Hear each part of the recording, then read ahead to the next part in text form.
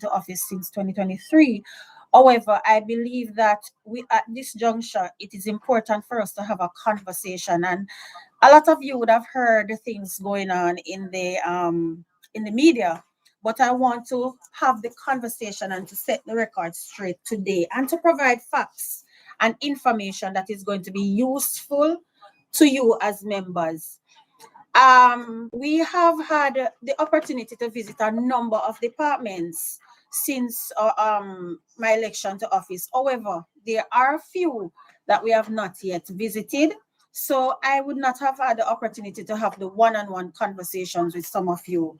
However, I am here because I think it is very important for me to engage with the membership, and I believe that this forum provides a wider base for me to reach persons, especially those who would not be able to make it to Justice Park, which was initially what we were going to do. Given the sensitivity of the matter as well, and given the fact that there information out in the media, it was important for me to have the conversation with the members of the Civil Service Association before you hear it outside of the organization that I represent. First of all, let me just please ask you to keep your microphones on mute. If you want to speak to me, please raise your hands and I will acknowledge you. I'm also asking for you to be very respectful. We can disagree. I am not here to convince everybody. If it is that you're not, if you want to express your views, do so respectfully. I will be respectful to you. You should reciprocate, right? Second of all, I also have my vice presidents and I have persons managing the chat. I'm not able to speak and manage the chat at the same time. So if you have a question in the chat, my PR will be able to manage, to monitor, and then inform me so that I can address them. The JCSA is at a point where we can have conversation about our negotiations with the government of Jamaica. Let me just give you the preamble, the background. In November 2024, we submitted our claim. And let me just be careful to say that I'm talking about two submissions. I'm talking about the JCSA claim, and I'm also talking about the JCTU. So let me do JCSA first. The JCSA submitted a claim in November of 2024. That was when the previous Minister of Finance was there, Nigel Clark. That was recommended because the Ministry of Finance wanted to make sure that we conclude our negotiation in time for the budget to be prepared in April so we can start payment based on the agreement that would have reached. That didn't happen. The JCTU also submitted the claim in the same period. There are some items of claim that are on both the JCSA and the JCTU claim, and those are things that we agree on. And so those are the matters that we're discussing at the Confederation level. Bear in mind too that the JCSA also have a responsibility to negotiate our claims separate from that of the JCTU. The negotiation doesn't end here. We continue dialogue with a different team now. This team will comprise only members of the executive officers and the JCSA. Now, for the JCTU, I am a member of the JCTU as well as the negotiating team that led this negotiation. It comprises 8 of us, 7 of us. Brother Freighter is also a part of the JCSA team. And we have reached a point where we can now communicate. And I want to apologize to you for not giving you a blow-by-blow commentary on where we are. But the sensitivity of the negotiation does allow for us to be private about some of the discussion so that we don't put certain things out in the open that will compromise our position as both government and the unions. So here we are today, and this is after numerous meetings, and I don't know the numbers, but in the last 2 months or so, we've had several meetings, and I'm talking about long hours, late in the night, early morning, midday, right into the hours. We wanted to close because we know it was important to our membership. Therefore, colleagues, we are at the point on of the negotiation on salaries only, not none of the other items of claim have been agreed on, except for the staggered work hours that has already been implemented. There are other items on the agenda for discussion. We continue discussion, including the concession, mileage, traveling upkeep, and other things that I may want to share with you if I think that is necessary, right? But also to note that today's meeting is really to share with you the position where we are with the government and where the Confederation would have been over the period of time regarding salaries. It is important for you to take a look at this document. It is a fiscal policy paper. You see how unused it is? It is very used, right? This document was approved in Parliament by the government of Jamaica. Included in this document is public sector wage and salaries for 2020, 2022, 23 to 2030. That was approved by the Parliament. Bear in mind that our increment would have been held by the government. Last year, we spent the time. So I don't want to say, we insisted that our increment needed to be returned and paid, right? Now, I know a lot of persons were disappointed that they did not get certain benefits and retroactive payments and all of that. But colleagues, we are at the table, we still have to manage, right? You gave us the responsibility to represent you, and that is what we're doing.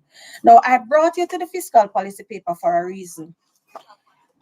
On page 22(3) of the fiscal paper, it has the central government summary of accounts, and it details wages and salaries over the period of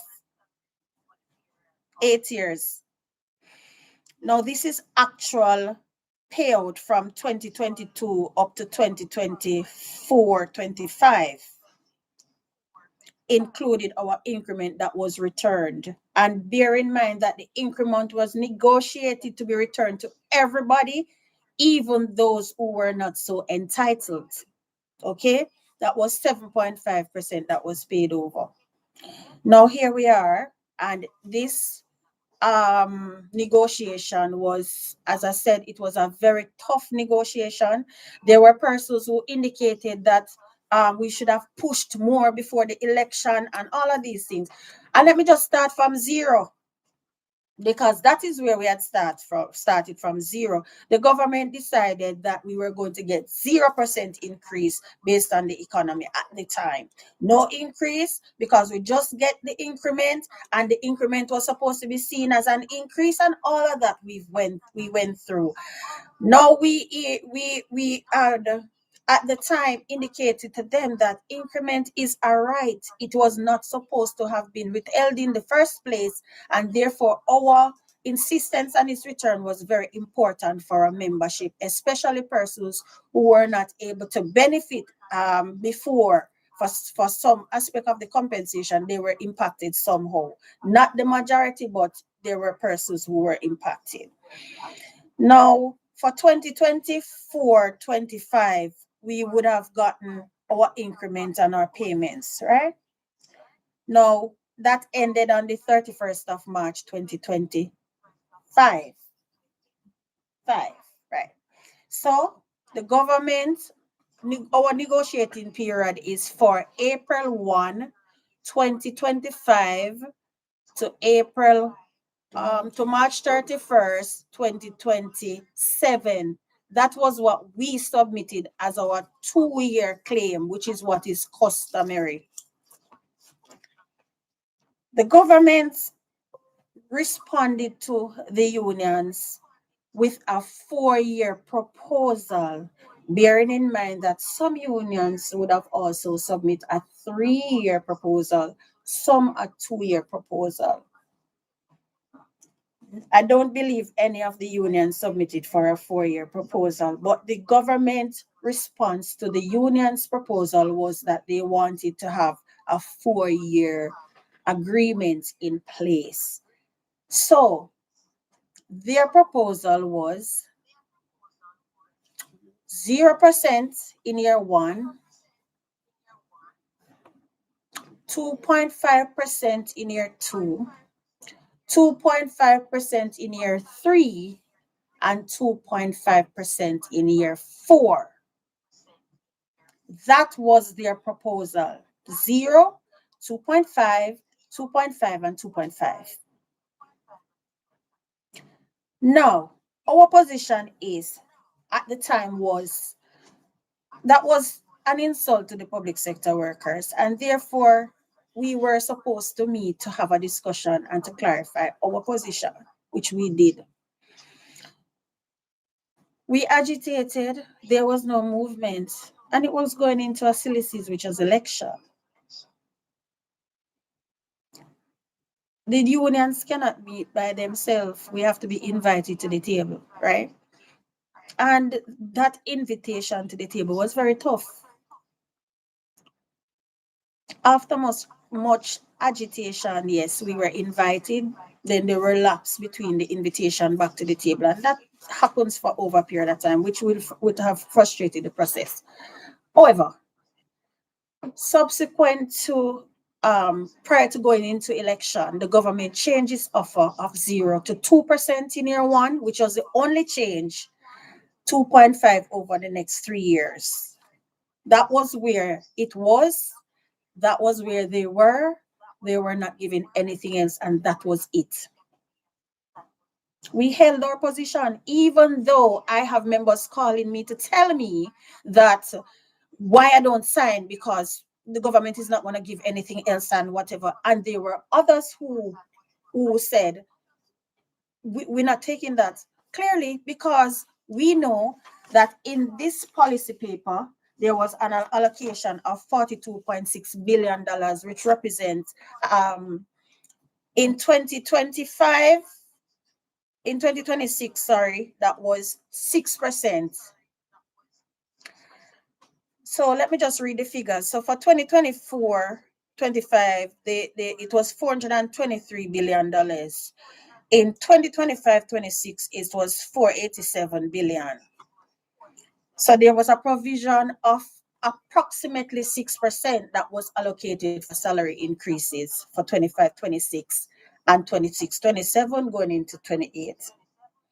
So we knew that the amount that was in it, as according to the page that is indicated in this book on page 21, it says the 555.2 billion allocated for compensation if employees include a contingency of 42.8 billion provided under the Ministry of Finance to address new rates and retroactive payment that may result in public sector wage settlement for the year.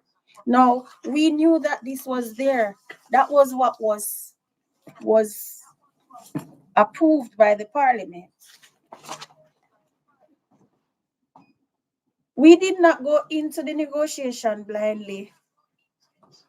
We went in the negotiations with the documented evidence provided by the government of Jamaica. It was their own figures that we used. Now, when we went in there, we knew exactly what was in the budget for payment to public sector workers. Our position was that we wanted to know the parameter in which we are negotiating. So we're not asking for things that were unrealistic. Now, having reached that stage, we pressed because we knew that this amount of money is in the budget for public sector workers. There was no payment for 25-26.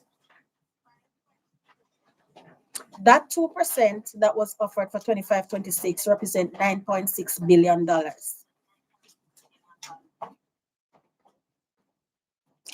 Now, year 2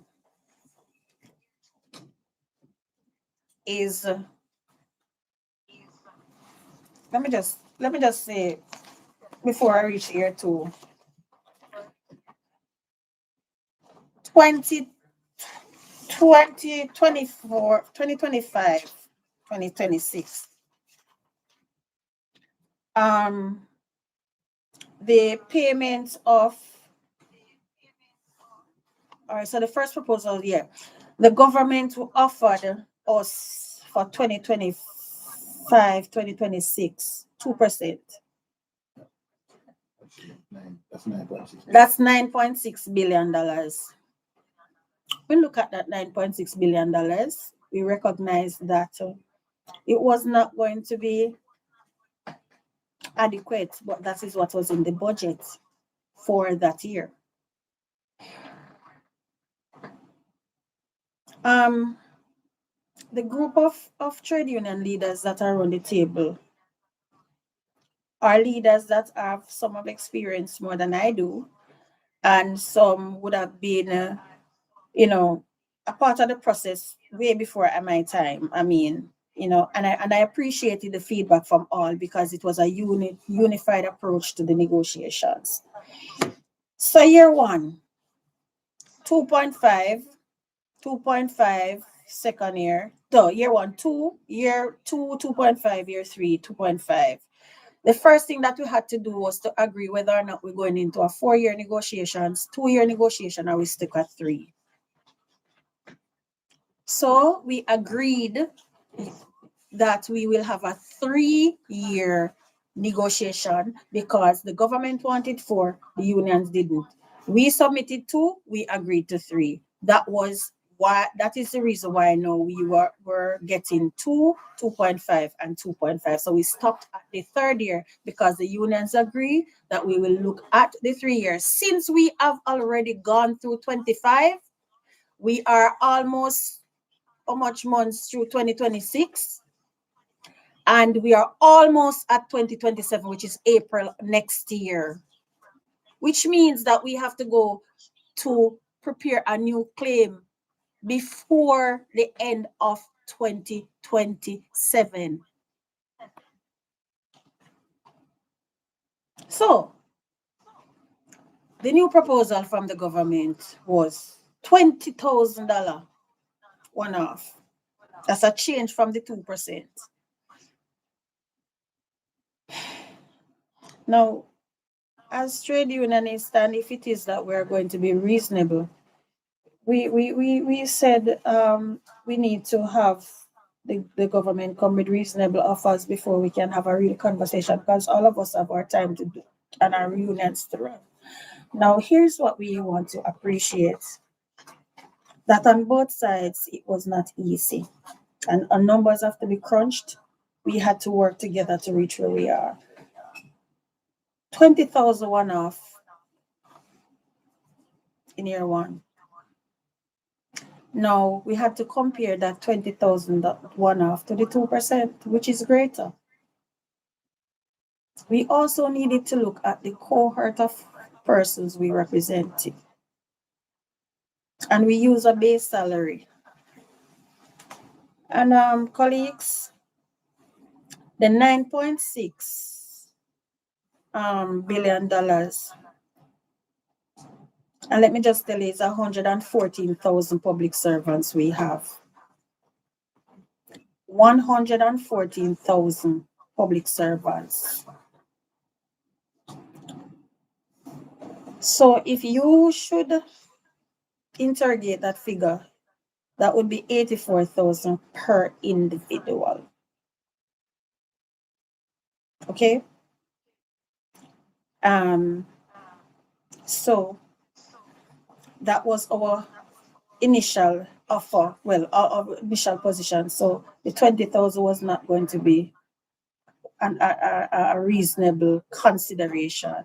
Please do not unmute your mics. As much as possible, keep your mics off. Thank you. So it was 20,000, and then it moved to 40,000.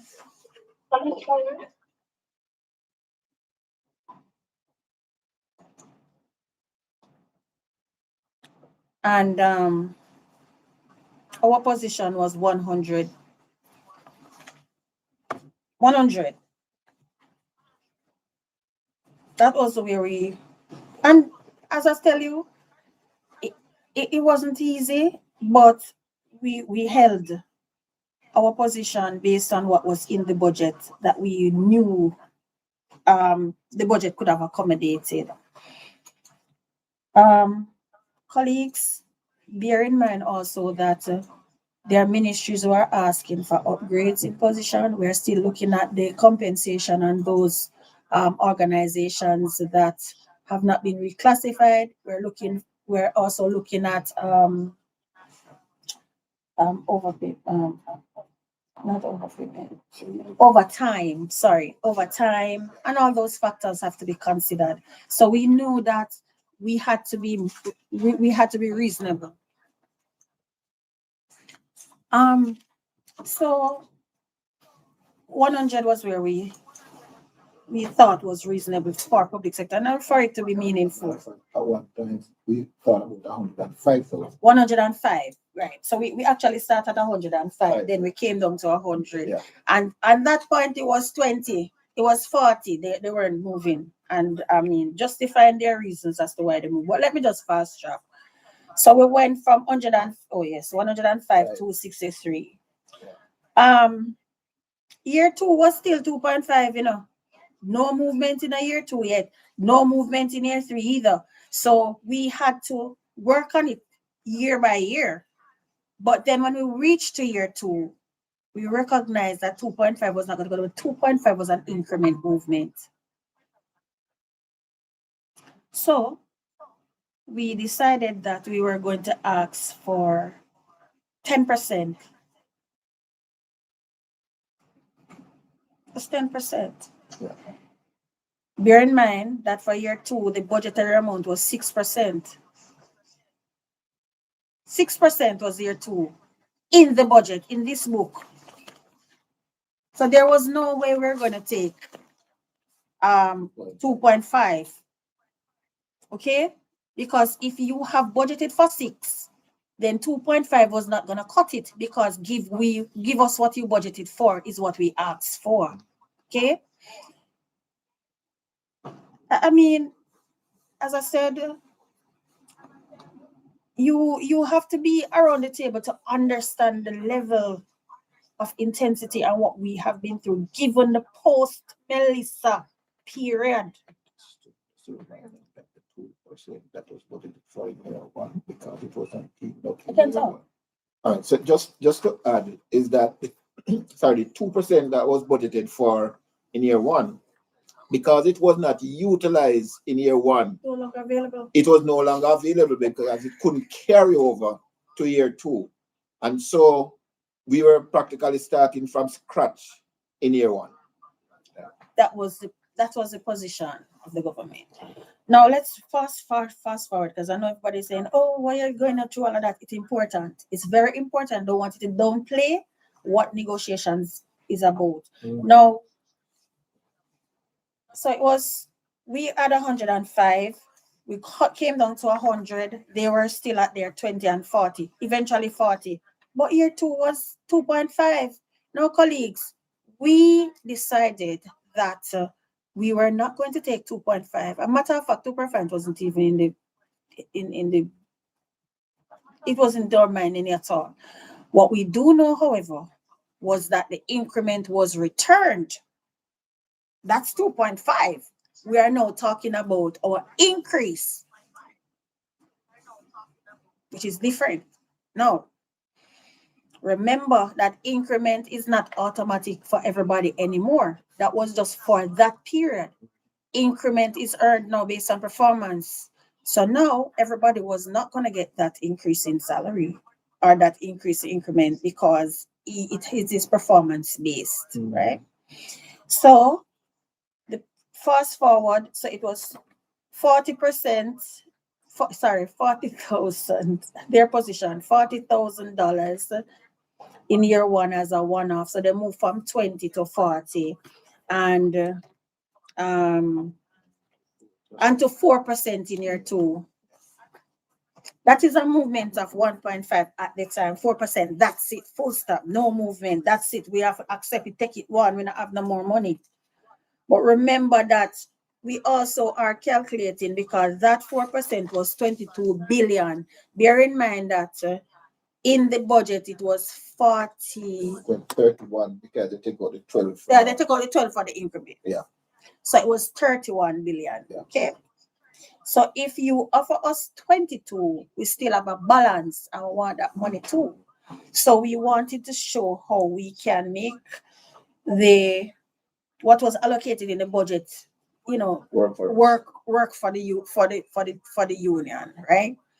So in every step of the way we have our calculations going, so we know exactly each movement how much it would cost. So we're staying within the realm of the budget, so that they're not saying that we're asking for more than what is budgeted for. And who's going to pay it back? Us, we, the public servants. So we want it to be that very prudent in our negotiations. So we move from 100, with 100. So we recalculate it, because remember, we're still working with the same amount of money. We're just trying to reallocate it, right? So it was 4%. We said 100,000, 6% in year two. We're not reach year three yet, we're not touch year three. We're still on year one, year two. Year one, year two. So it was 40,000 their proposal, 4%. 100,000, 6%.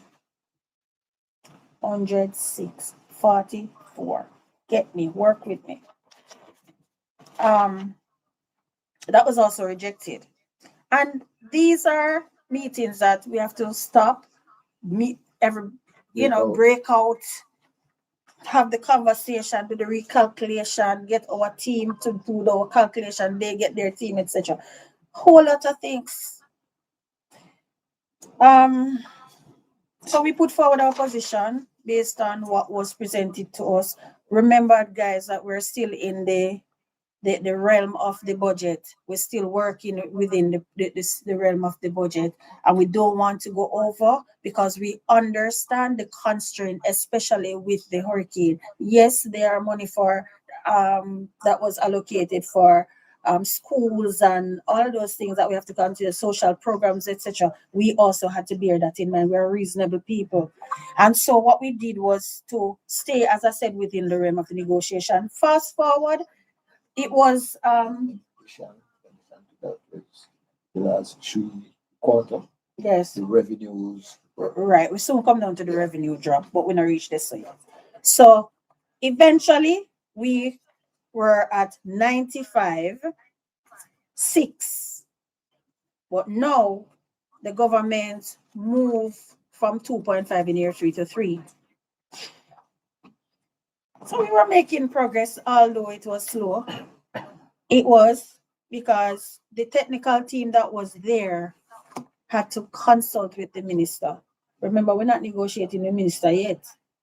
We're with the technical team. And so that take time. We had to put up the salary scales at one point to show what that increase would look like for each individual. We had to look at the category of workers. When we look at an office attendant, 2% of our office attendant salary probably would be like $20-something thousand. Never makes sense. So those things have to be taken into consideration. So colleagues, after all that agitation, we came down to 95,000 one-off, 6% in year one, and 95,000 would amount to 10.86 billion, but in the budget it was 9.6. So we had to take a step back to stay within the realm of the budget, which we did agree that we're gonna do. Year two, the 6% would have been $29 billion. And if you're checking with me, you're recognizing that we are after year one, 80,000 one off plus the 5%, that is taking us over 33 billion, which was over the 31 after you take the increment out. But we decided that there was a contingency that was provided for in the budget of 42 billion that the increment could come from, and therefore we pushed a little bit further for year three. Year three now is where we had the challenge. We were still sticking out for at least we were still sticking out for at least 90,000 for year one, 6% in year two, and 6% in year three. Still, colleagues, for the 6%, as I said, was 29 billion, the 95 was 10.8, which would have mean that we were at 39 billion and counting. That did not take into consideration year three yet, which is in each 1% represent $4.5 billion in the budget. So after much negotiations and agitation, we came down to the government final offer. Their final offer was 80,000 in year one, 5% in year two, 4% in year three. That was their final offer. They don't have any money. We're not going to further. We're done. That's it. Unions, we cannot. That is when the technical team handed over to the minister now, which now we would have met with yesterday. Our position was clear among our colleagues as to where we wanted to go based on what was allocated for and what was provided for the contingency. So when we finally agreed, or not agreed, come to a position, we were presented with an additional percentage for year three. Why year three? Year two, which is with the 6%, where we were sticking to the 6%. The provision, based on the information provided by the ministry, it was accepted by the unions that the 5% in year two was going to, based on the decline in the revenue, $29 billion decline in revenue, then we were going to just at that time, and I'm talking about a collective effort, not me, not any individual union, a collective effort where we discussed it. So it came down to 80,000 one off, 5% in year one, 4% in year three. Year three was where we had the challenge because we could not take 5% in year three, 4% in year three, given the fact that we know that year three allocation was going to be in the next budget. So we asked for 5% in year one, in year two, and 5% in year three, given the fact that we were still within the realm of the budget. The government were not going to accept that. They have decided that they can't. And based on where we are, it was a no-no, it was a no-show. It was a very, very critical point where we decided that we cannot accept the 4. And if that is going to be the case, we will just take the one off and the 5% in year two, we go back to the table. Given what the Fiscal Commissioner said and all the circumstances, we're in hurricane season, all of that, we decided that that is what we're going to do, and we go back to the table. The government subsequently accepted the 5% for year three. That was the final offer. At that point, the unions collaborated and decided that we were going to know, given the fact that the government has said that is it, which means, colleagues, that this is more than what is budgeted for, plus gone into the contingency. We thought that this was a reasonable point to present to the membership what is on the table. It is a double in the percentage over the 2.5. that does not include the increments. And I'm telling you that that is not just 5, so it's going to be 7.5. Now, I don't know if what's your position, but that's the position that is there. That's the position before the Confederation. We are in a hurricane season. We are rebuilding the West. We have a lot on the table. Now we have in this a proposal that I think is reasonable for consideration. And this is what I believe the government can offer at this time, given the fiscal space that we're operating in.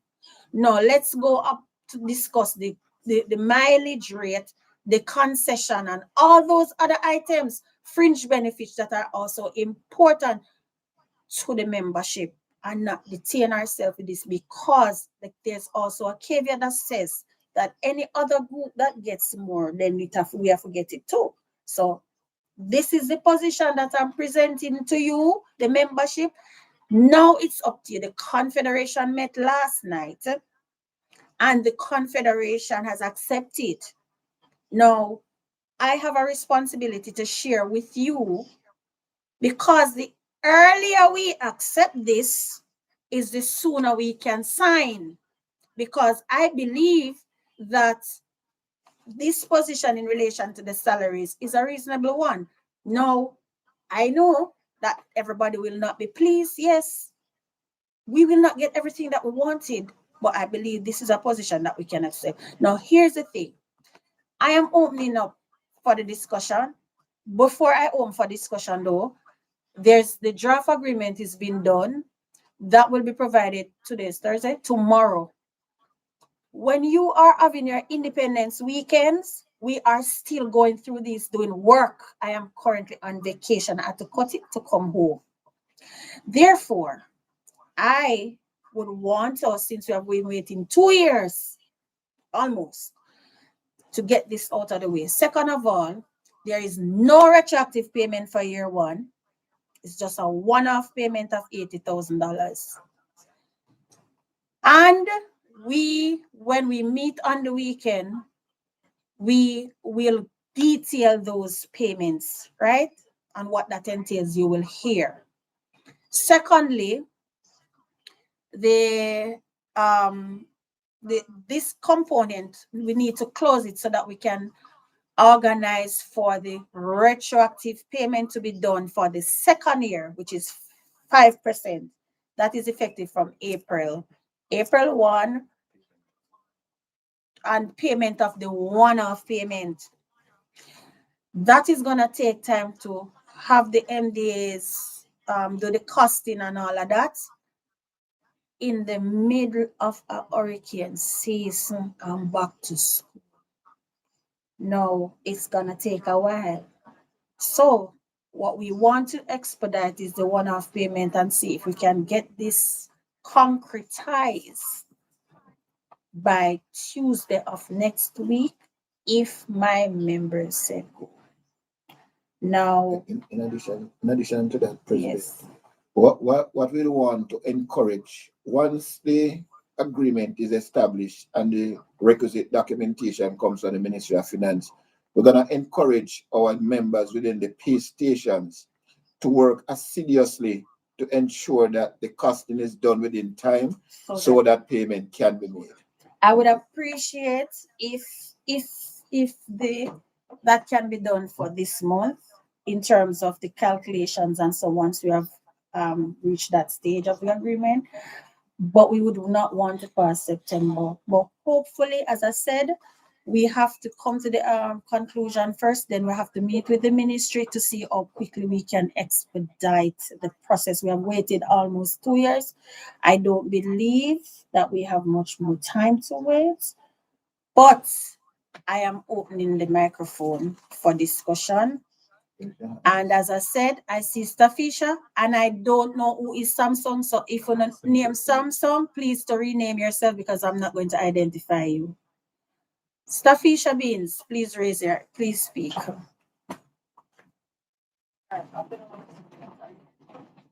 Yes, I'm hearing you. Go ahead.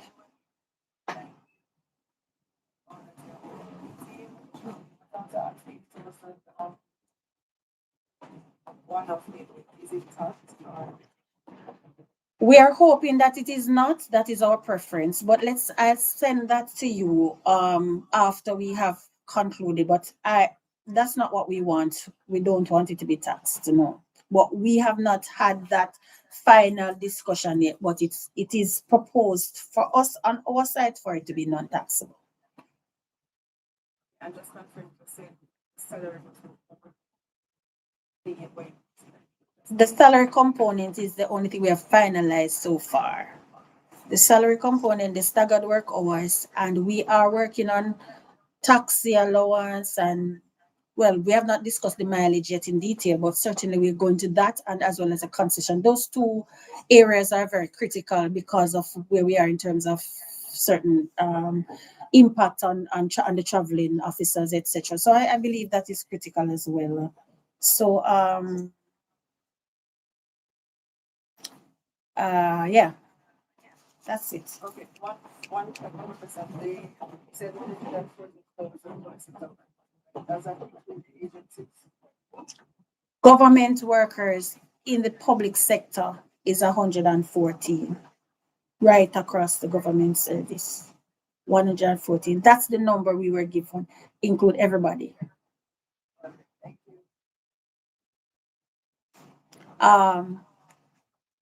Tracy, please turn off your put down your hand, Beans. I think I said Trudy. Trudy, I see your hand. Thank you so much for allowing me to speak, Madam President. Good afternoon, Gen Council and members. So, Madam President, on behalf of myself and my colleagues, the membership of Ministry of Justice and Constitutional Affairs, and the entire membership, I just want to say thank you so much for reclaiming what we all had lost. The fight was well appreciated. I know you take long, but I rather you take long and get there than for us to be right back where we're coming from. And we appreciate the hard work that you and the team has been doing. And forget the naysayers. They are going to always be there because they are the same ones that would have voted in haste and put us into this position. So kudos to the team. May God continue to guide, bless, and keep you and your team as you continue to lobby for us, one step at a time. Thank you very much, Trudy. Deandra, I see you. Deandra Carr. Guys, as you speak, just lower your hand so I can see the persons who come up here. I appreciate that. And I appreciate how orderly you have been managing. I know it's a lot of persons on the platform. I want to give as many persons as possible. So please work with me. Also, colleagues, remember that there are some entities that have not yet been reclassified. We have to also factor those in the budget because we're still pushing to have those people that are lower than us who are in a better position. We have to still make sure that those entities, and let me tell you, some of the heads of entities are not pushing to have the people classified the right way. And I'm telling you, time is gonna come when I'm gonna call them out because it is unfair and unreasonable. There are entities that are not willing, and finance is not saying that they're not doing it. Is your entities that are not making the submission, and I'm telling you, there's going to be a point when I'm going to speak up and speak out about it because if the ministry is saying that there are anomalies and your entity knows what those anomalies are, why aren't you sending them in? That is another challenge that this meeting is not for it, but at another time I'll address it. Let's go to ODPEM.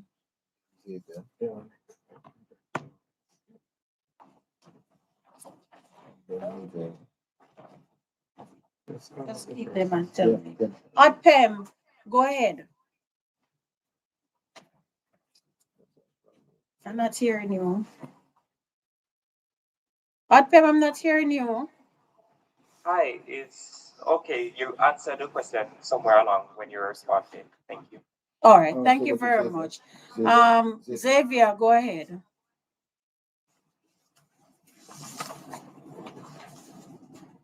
Good afternoon, Madam President. Afternoon, Xavier. Good afternoon, Madam President. Good afternoon. Kelvin. Yes. Yes, I want to say congrats to the team for a hard negotiation.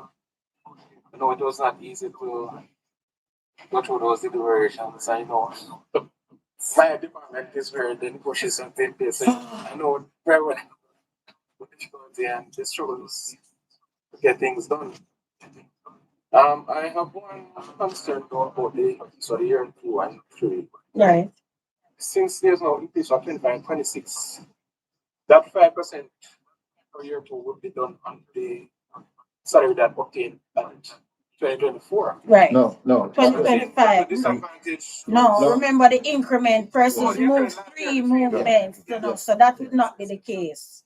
Yeah, So I'm they're very grateful for current. that. Okay, they're current. Okay. Yes, they're Okay. current. That is why we did not fight off the one-off per se, because remember the 3 increments would have been Yes, I returned. just remember now. Yes. Started So April. so they would exactly. So they would not be at a disadvantage. Another thing is if we took the 2% and the 2.5, that would be still below 5. So it was Yeah. not going to be working out either way. So it was better for us. The only caveat though, colleagues, is that persons who are retiring in 2025, that is the section of the negotiation we need to speak about so that they can get the percentage benefit for their pension. That's something that we have not agreed on yet, but that is what we're, because they would be, because of the one-off payment, they would be worse off in the sense that they would not get an increase on their amount by, even though they move by the increment, the percentage increase, which is 2%, should be applied to them so they know would be benefiting from leaving the service. Well, maybe there can be a policy thing that they. So that is where we're gonna work on now. Because as I said, the negotiation continues. So there's it's not that salary. People have moved this with the increment return, which is why it was important to have the increment return first, which that would was very make people crucial. current. Yeah. Miguel. Yes, Miguel. Thank you, Xavier. Good. Do you have another question? Yes, final thing. Yeah. The 5% for the year 2 and year 3. When I compare that to the inflation, it looks like it's below the inflation because on the BFA website it's saying 6.7%. When the 6.7 came in recently, In at the June. time it was 4.5, 4 to 6%. When we started, so within that budgetary amount was 4 to 6%. It was Okay, there, okay, but okay. right. So it was unreasonable to say that because the inflation went up, no, that we have to move. Remember, that is what is in the budget. And remember, we did say that we were gonna stick to what is in the budget. Colleagues, we're going to have to pay it back. Either we're gonna take a wage cut, salary cut, something to we are the ones who would have to fit that bill. So our thing is I know it is below as it is now, but at the time it was between 4 and 6, which was within what was budgeted for. So we were working with that at the time. We're late, yes, but we also have an opportunity to have further dialogue. I remember this is just for the salary. 2026, they're not come yet. So we can have, and ask for something else. I don't know. I'm just speaking out loud. We don't know. But remember, revenue is also down, so we still have to balance the two, right? We still have to balance the two. I think it's reasonable. I do know that some persons who would have gotten less than that amount based on where they are in terms of their salaries. So that one-off payment is even more than what they would have gotten if they had gotten Yes, 2%. It's a lot more. Yeah. And that's most persons. So from a SEG 1 below, you would benefit nicely from the 80,000. Which is it's more than much more than the 2%. Yeah. Correct. Yeah. Correct. Yes. So this is more equitable. Yeah. And so Thank we move to Miguel Wood now. Miguel, I have some questions here too. I'll take them. Thank So you. we take them after we. Miguel, you're next. Yes, good the president and the team. Hello. Are you hearing me? Yes, we're Yes. hearing you. Okay, so well, I don't know where to start, now to start, alright? First of all, I am disappointed. I just haven't called him because I was working on it, but. Somebody, please mute that microphone. Yes, are you hearing me? Yes, Miguel, go ahead. Okay, right. So 80,000 in Jamaica in 2026. I mean, for me, that is not something to talk about, but we understand the broader issues at play, right? But I will pose a question to the minister. Well, I would ask you guys to pose a question to the minister, you see? Mm-hmm. And it's a simple question. Whenever she travels overseas to do business on behalf of Jamaica and its government, if she is going to pay her airfare, her hotel accommodation, and her meals out of her salary, obviously she's going to save, right? And for me and a lot of my colleagues who I believe I am speaking on behalf, we have been doing that for quite some time, right? Every single day that we go to work, we are incurring costs. And we pay that out of our salaries. My spokesman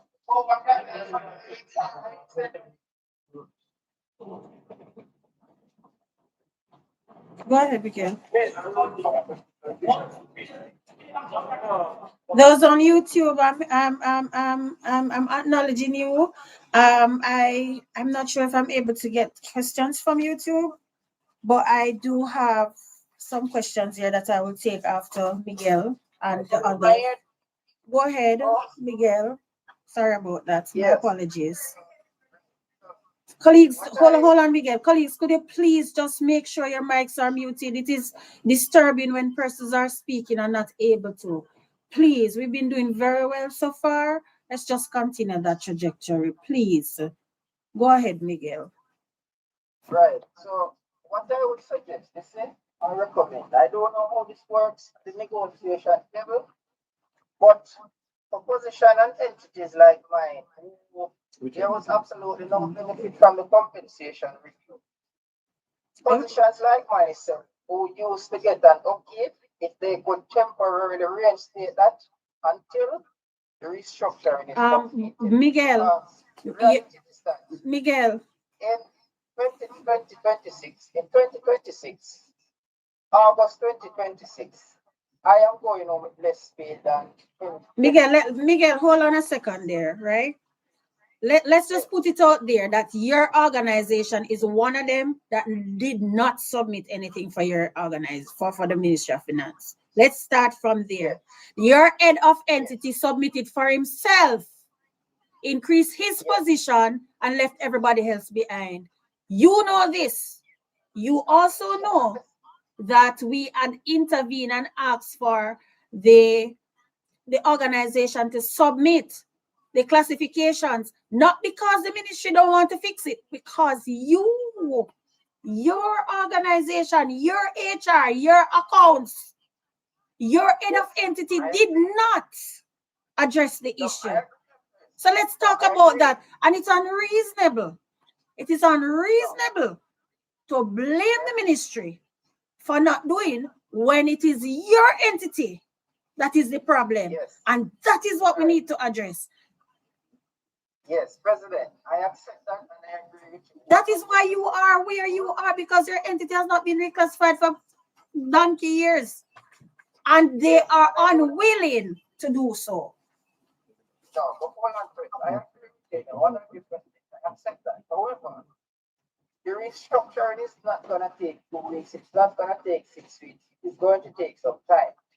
So for us to sit and wait 1 year, 2 years, 3 years, however long it takes, it would be a great injustice. So my suggestion is you can say to the ministry, say, look, these people got nothing out of compensation review, their restructuring or whatever, it's going to take some time. Can we do this in the interim? All right. Let me respond to that, Miguel. Let me respond to that. Work every single month and Yeah. incurring Miguel, costs. Miguel, let Karen Sprater here. let me respond to that. As President would have indicated to you just now, the motor vehicle upkeep was rolled into salary, and that is a done deal. We have no control over that anymore. What the ministry has asked is for the entities who are supposed to be reclassified to submit the relevant documentation so that the ministry can address it. We can't go to the Ministry of Finance to say that we want you to temporarily reinstate our motor vehicle upkeep. That's not going to happen. So let us move on from that. We have I'm addressing it. we- I'm addressing yes. your entity, Yeah. Miguel. Just give me a little So- bit more time. Yeah. I'm addressing your entity. That's the so problem. let's move from the upkeep situation, Brother Miguel. Mr. President, but what you're saying to me is that we should just go and take it to another first year. No, the president is in dialogue with your ministry. No, president is in dialogue with your ministry to address that situation. And that's you. It's not just you. It's a number of yes. So in the interest of time, Brother Miguel, let us move on to another topic because the motor vehicle upkeep, we can't treat with that in this forum. Right. We have not had that discussion, Miguel. So when we do, we look at the various options and see how we can deal with it. But I think the issue for your entity is that They just need to submit the document. But we're just trying to find some solution, you know? we soon find it. Just give me some time. Just can't wait for another 2 years, 18 months. Not 1 gonna year. happen. Trust me. Give me some time. Okay. Thank you very much. Robert, Do it. And then Michelle Richards. Robert, Luars. I don't know Michelle, so. Robert, Nelson. lower your hand. All right, Lisa Nelson. Good evening, everyone. Good afternoon. Afternoon, Lisa. Can you hear me? Who's that, Yes, Robert? That's Robert. Robert, give Lisa a chance. When Lisa is finished, you can speak because I gave her the platform because you were not unmuted. So after Lisa, then you can speak, okay? All right, go ahead, Lisa. Sorry about that. Okay. Madam President, for those persons who are receiving pensionable allowance and in the red circle who cannot go any further, would they be getting the increase?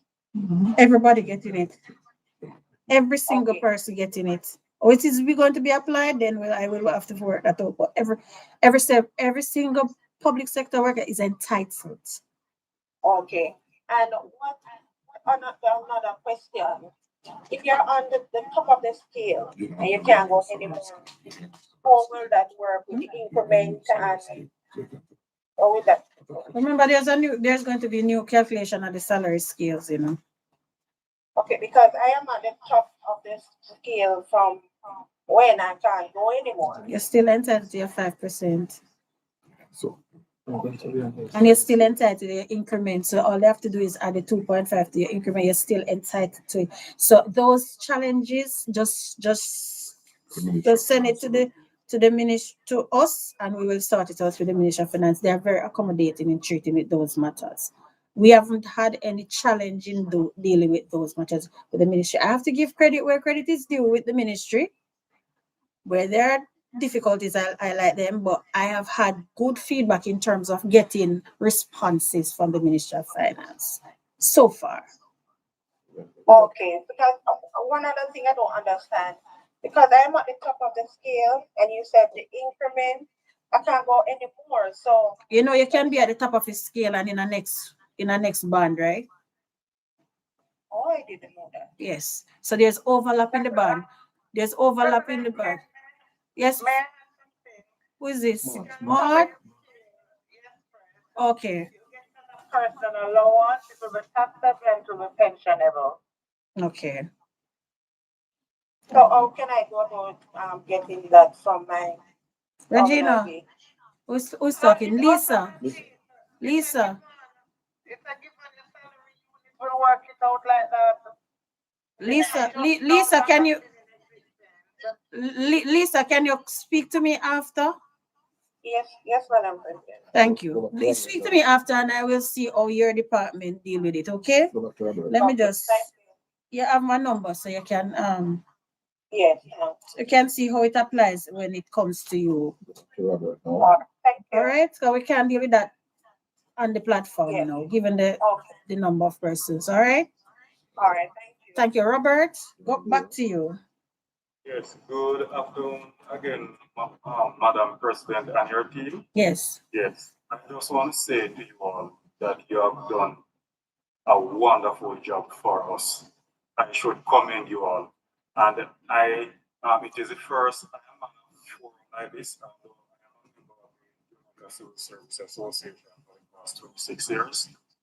It's the first I am on a forum like this, and I never get the chance to congratulate the former president also for his good job. I only hope he is hearing me, but He's hearing you? Yeah. Huh? Yes. Oh, I didn't know that. Yeah.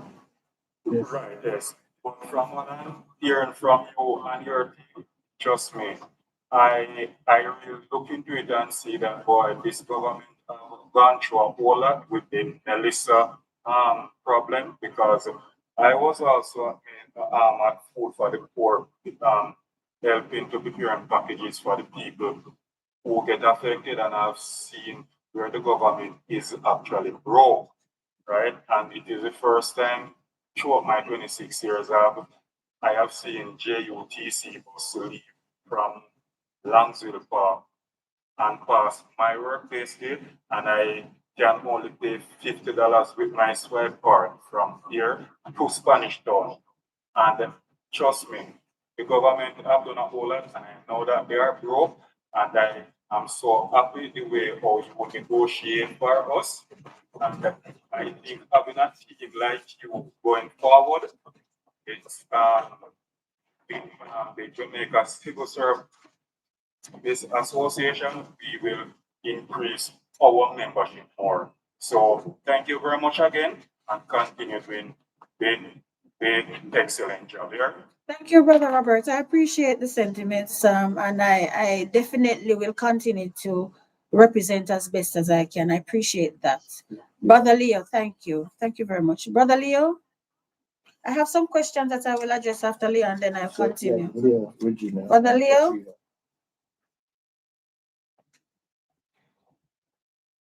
Leo, disappear.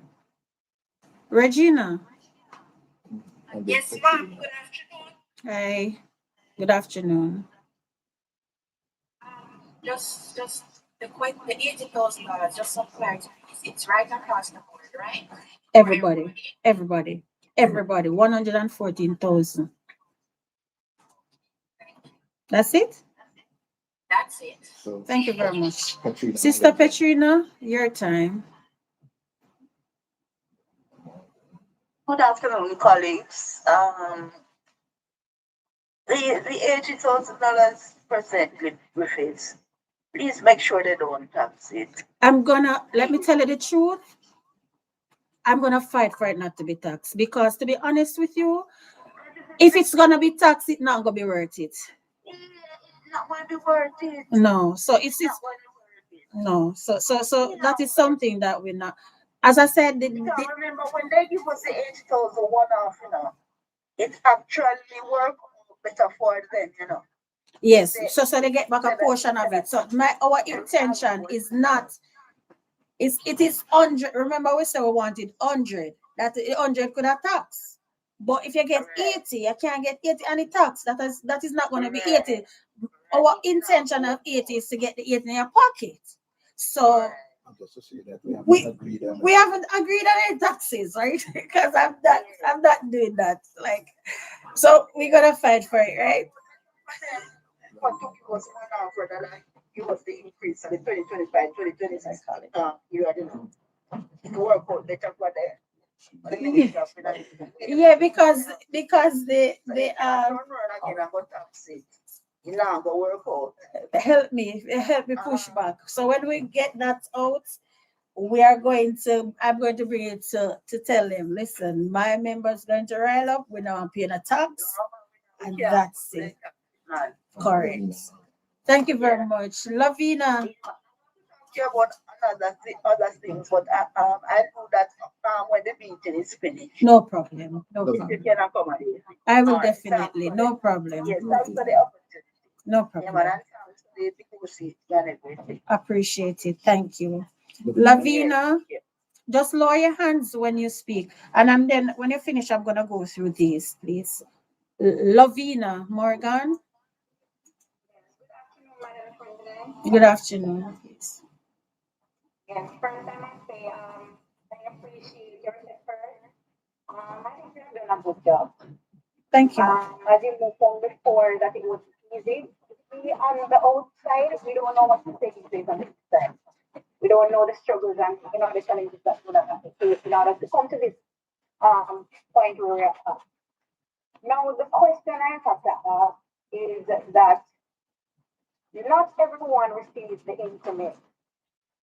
If you are working in a post that is not vacant, Are not a part of the establishment, yeah. if the person that is appointed in the post receives The increments. Mm-hmm. and I'm saying that means the persons that are working in that post that is not vacant, they are at a disadvantage as it relates to the increase. Because you mentioned that persons will not be at a disadvantage. No. I'm saying Xavier said that the all the salaries would have been calculated on the 2024 salary, and I said no, because you have some persons who have moved 3 increments that is made them current. Some having, depending on when they joined the service, would have been 2, etc. Those persons on contract and those that are in those positions would not have benefited from the increment, which is true. And those are the ones who would have been at a disadvantage. Those are the ones that have been at it. So you're correct in that they would not see their salary would be the same unless the contract renewed or there's a change in position. But that's not the majority.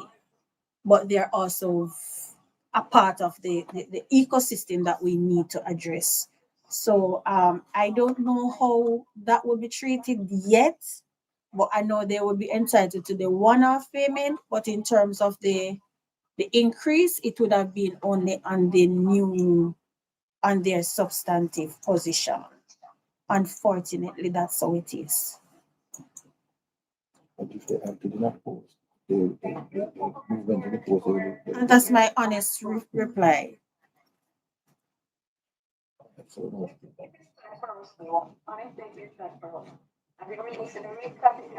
all of that, some departments are still waiting.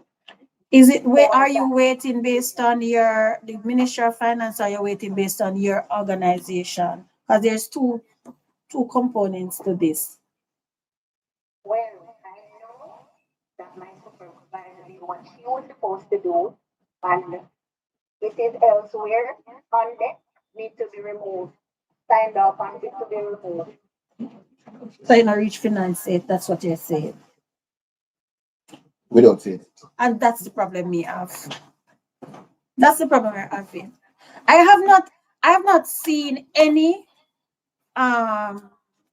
department that have submitted to the Ministry of Finance and they are unresponsive. I've not seen any of that yet. Not yet. If there's any, let me know. But based on what I've seen, or based on the interactions I've had, they are addressing those matters. Okay? They are being addressed. So if your department not getting any traction, they are the ones who are not doing what they're supposed to do. And they need to be held accountable. Your department. Now, the ministry may recommend, may not agree with the entire structure. And I've seen where some ministries have approved structure, but they have not completed the implementation, which means that they're doing the implementation on a phase basis. And that's because of the funding. There are some that have completed the reclassification exercise and they are waiting on the ministry to provide additional funding. That is a challenge too. But I've also seen where the ministry have provided funding for phasing in of the compensations review for those entities that have submitted classification and reorganization, etc. So yes, the situation is not the same for everybody. Some persons classified and everything go through. Some they have some positions that are critical that needs to be implemented, and the finance have to take their time to do it. There are some that do it unit by unit. I'm aware because I'm a part of the process. I'm a part of engaging with the ministry. Sometimes I'm engaging with the MDAs to see how best we can provide support so that we can be on the same page. But I'm telling you, your departments need to be working, right? Some of them not doing what they're supposed to do. I'm telling you. And the first thing they're gonna say, the union not doing anything. The union cannot come and reclassify you. Your department is to look at your structure. If the structure is inadequate to there needs to be justification to the ministry. The position needs to be looked at, and then TIU, and they will provide that support. I have seen it. Where you have the challenge when it goes to the Ministry of Finance, that is when you need to ask for assistance. But for so far as the ministry is concerned, I have seen where they're adjusting it. People, if you're not talking, please mute your mics. So, Fred, I'm going to ask you to take Jeffrey Marshall. Just ask the person to hold on. You take Jeffrey and you take these questions. And yes. Come back to them. Jeffrey Marshall, your time. Let us see to the person the one who wants. And 1 second, Jeffrey. And remember, guys, once you have spoken, just lower your hand so it don't remain on the screen. You hear? Thank you. Go ahead, Brother Jeffrey. I appreciate that you have the best you continue to about it to us and to the Ministry of Budget further. 3 questions. Are we expected to vote on this before we vote? Yes. No. All right. The Confederation has already accepted, and our position is that we're not accepting taxes.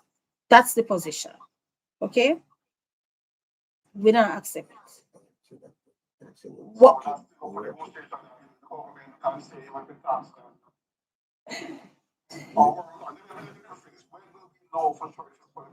Tomorrow. So we are supposed to get the draft tomorrow, and our position is that they have promised us for the draft tomorrow, the draft claim. So when we receive it tomorrow, if that is on it, then we remember I told you that by now on Monday we have to make sure that we conclude. So we still have to go through those final details, and that is not one that was agreed yesterday. But the position of the Confederation, it is non-taxable. Otherwise, it would not be 80,000. It would have to be grossed up so that we can get the 80,000 in our pockets. So that's what I'm saying. So if they are going to say that, then we have to move back to the position we were so that we get the 80. But what's this really 80,000 that we're looking for?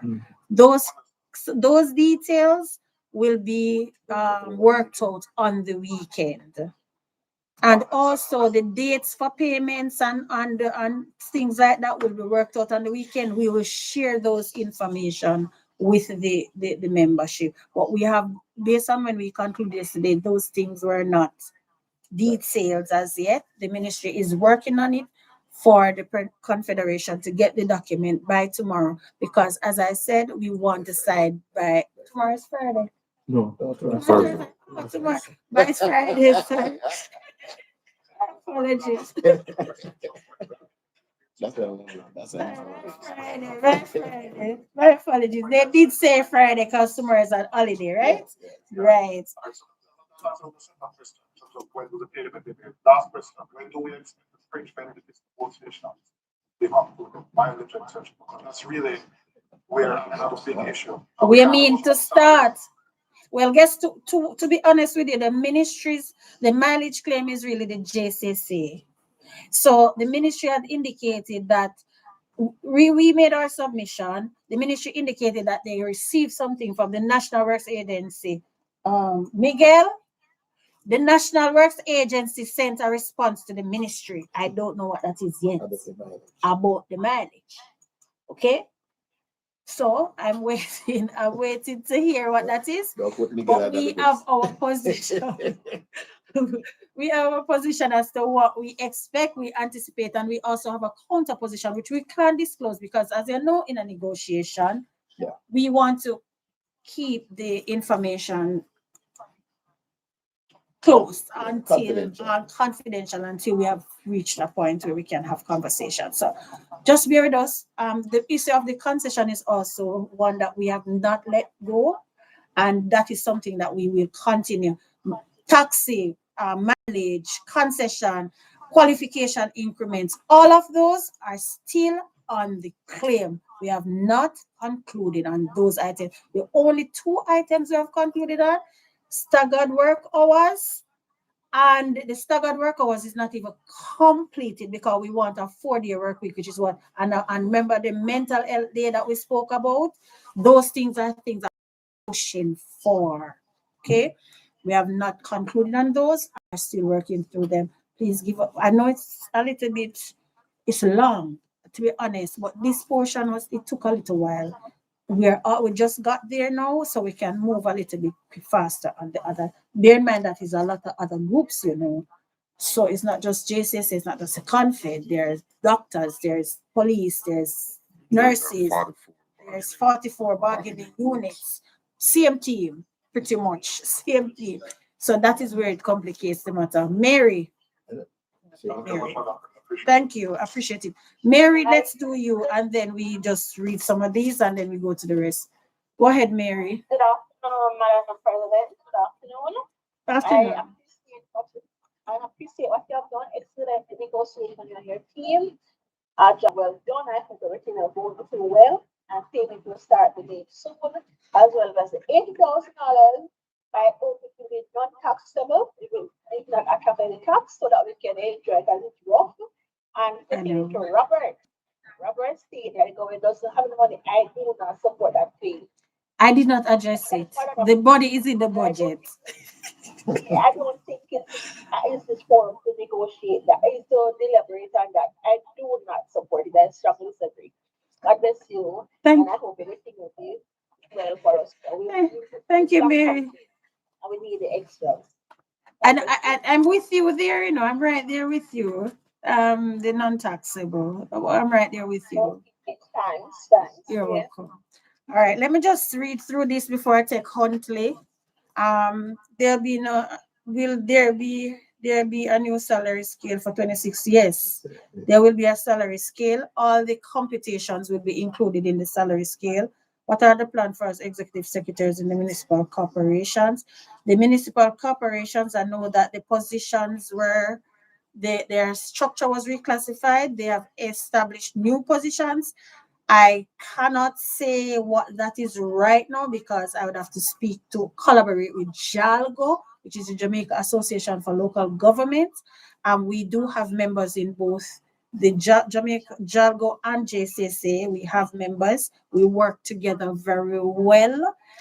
If we are meeting with the minister, the Ministry of Local Government, we do so together. So we can follow up on that in terms of secretaries, colleagues, but just bear in mind, artificial intelligence is a threat to some of these jobs. Just put that together because we have to upskill ourselves. We have to retool. Gone are the days where, remember, we're coming from typing pool, then we go to what?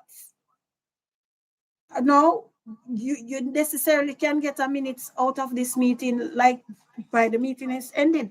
We have to find a way to look at how we make our jobs more efficient, because some of these jobs that we currently have will become obsolete, and we now have to talk about policies.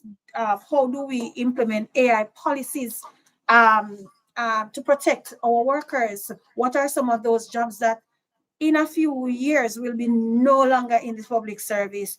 How can we retool? What are some of the training needs? What are some of the skills? Remember, we used to have skills training. Those things are important, not only to you, but to the public service We have to upskill. We have to be exposed to new trend in the service. Persons are demanding better efficient use of resources. Persons are demanding how we treat them when we come to the different workspaces. I have had experiences where public sector workers, when I go in, I don't declare why the treatment of how we deal with our citizens is questionable in circumstances that I have to be. When I found out that I'm the president, that's when people start drawing up. I don't like that. I believe that we as public servants need to give quality public service to the citizenry, and therefore we have to treat our people or we would want to be treated. That is why we have staggered work hours, because persons who are coming late to work is unacceptable. If you know you cannot reach work at 8:45, take a 10 o'clock, come into the people them job, get your work done. And the thing is, we have to be mindful too that we don't be asking, and we on our side are not delivering. You need to, as public servants, I want to be stand up as president, say my members are top performers. They're doing their quality public service, and we have to look at the both sides. Some of us only talk about money. Service is important, and some of us do not give good service to the people of Jamaica. In addition to that, there are persons who are heads of department who don't treat people good, and that is another thing. So listen to me, when we talk about money, I know that if we're talking about efficiency, productivity is important too. How are we going to get money if we're not productive? We have to get with the time, people, right? And this is an opportunity for us to change our mindset as to what delivering quality public services. Yes, let us advocate for better working conditions and so on. But we too have a responsibility to perform. Right? If we're having a challenge, come to a union, but it should be unacceptable for us to not doing the work that we're paid to do. Some of us don't come to work on time. We're absent for 4 days out of the week, 3 days. Come on. And then you want us to support. It cannot work. You have to do your part too. You have to do your part in making sure that both sides, government, trade union, and workers, work together. I am pushing for mental health days because yes, we need a break. Mental health days now go apply to some people because them take mental health there every day, every week. Yes, I know this. I have seen chronic lateness. People come to work odd hours and then they expect to justify. It can't be right. You understand? So we have to look at our own selves, examine ourselves, and try to do better as we go along, right? What are the plans for our companies? I'm coming. Who is that? Joey James. I hear you on that mental break. Yes. Mental day. Mental health day. Mental health day. Can I just say, I support you and I will vote for you. You are my. We need a 4-day work week and we need a mental health day. That's what you need, right? I know this. I'm sure we do because the job is stressing. Procurement need 2. You need to, no, it's one. We put in for 1 per quarter. So hopefully we can get it, right? It's not sick. Yeah, it's not sick. You know, 1 per month. It's a start. It's a start. Procurement with love. 2 per week. That's a hard task. Let's start there. All right, guys, let me just finish up this and then I go to Huntley. Any update on mental health days? Not yet. Madam President, only secretaries SSU are classified. I spoke about secretaries. That's another thing that we need to talk about, that particular group. Apply some pressure on Sarah because our no department haven't reclassed since 22. Sarah is a problem for everybody, including me. Sarah need a special attention. I will meet with the minister. I think my team met with the minister about some of the issues that we're having with Sarah. I saw him at a function. When I return to work, which I'm returned to work officially, but we're supposed to make an appointment to meet and to discuss some of these matters. So I can follow up with you on this. clarify, will 80,000 and the 5% in the second year? No. The 80,000 is a one-off payment for the first year. The second year is 5%. If agreed on, be paid in August? No. It can't be paid in August. Probably the one-off, but not the. Remember, you have to do the salary scale. You have to reach out to the MDAs to do the calculation and the costing to send in. More than likely, if they were good, we probably look on September, early October, because remember, is their own colleagues that we don't want to pressure them too much, but we know that they will work on them for us as quickly as possible. And when the salary scales are produced, they have to be verified. Right, by the audit and So TIU. the auditors and TIU have to verify the salary scales so that they are correct. So the salary scales will take a little time to be produced. But I know we can ask for the one-off payments, right? I don't know who this question. When can we expect the new salary scale? I don't know, guys. We're not even accept the offer yet. We're not even signed there. We don't decide the offer yet. But we should do. Our thing is that we are going to be as quickly as possible. We're going to try to expedite it because we have waited long enough and we don't want to wait any longer, right? So open contract persons would not benefit. What do you mean open contract? I don't know what that means. I don't know what that means. I know that there are 114,000 public servants and 114,000 people supposed to get it. That's what I know, right? I don't know what open contract. If the ministry's name is not yet gazetted, will we still benefit from the 5%? Yes. Yes, you will. What are the plans for 200 million that the government want to take back from public sector workers? I did not put that in the atmosphere, so anybody who put it out there, I believe that you should direct that question to them. Okay? So I don't know about that. Okay? As far as I'm concerned, the ministry is working with us and we are doing some things that I do not want to disclose on this platform because this is not what it is for. What I can say, however, is that our position is that those persons that I am representing does not hold this position. Okay? How about the reclassification of the administrative staff? I have had numerous conversation about the administrative staff. I just spoke about it, and that is a very sticky one, right? I'm not going to be unreasonable to you to tell you all secretaries are going to be classified because even in the court reporters are at risk because they are now using AI technology to do some of the steno writing thing, right? That is also at risk. And so we have to also have conversation. I met with the Chief Justice more than once. We have discussion about that. And the steno writers are few, very few. And we want to be able to ensure that we retain jobs because AI should not replace people. It should make our job more efficient. So some of these things we have to work through. Some persons may have to change careers, people. We have to upskill, we have to retool and those things. So let's be reasonable and fair. What I don't want is for us to lose our jobs because we want to preserve as much jobs as possible. Will there be new salary? Yes. Are companies still obligated to pay increments annually? Yes. Once you have met the criteria of the 75%, there's no new increment policy.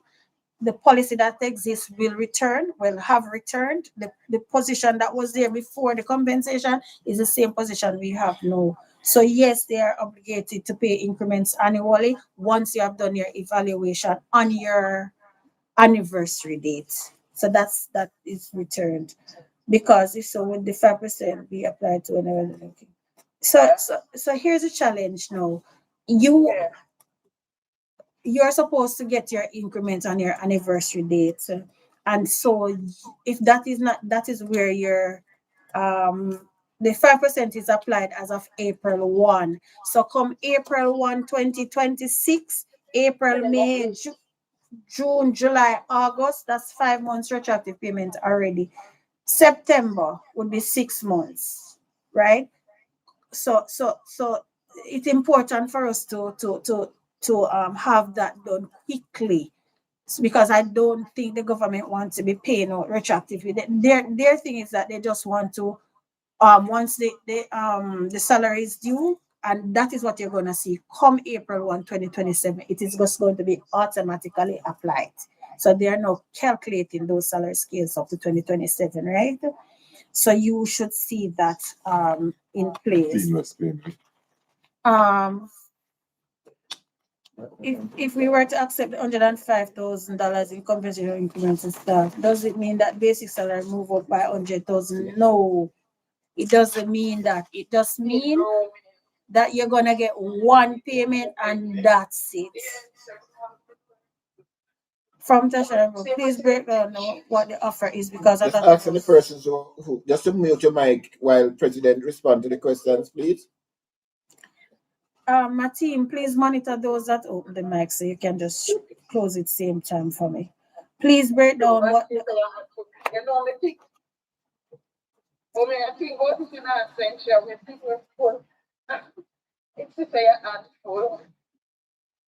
Please mute your mic, please. Please break down what the offer is, because a lot of us is being said at once. All right.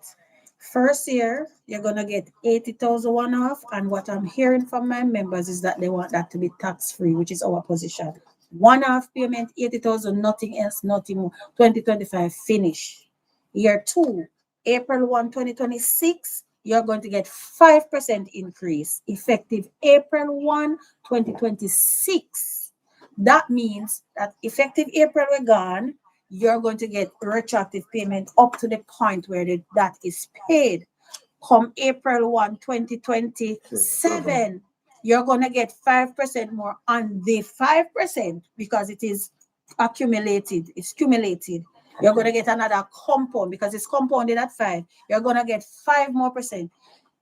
For 2026, sorry, if you have not received your increment, that still doesn't stop you from getting your increment payment, which means that you're going to move another 2.5% in a scale once you're qualified for increment, and the same will apply for 2027. I'm hoping that is clear now.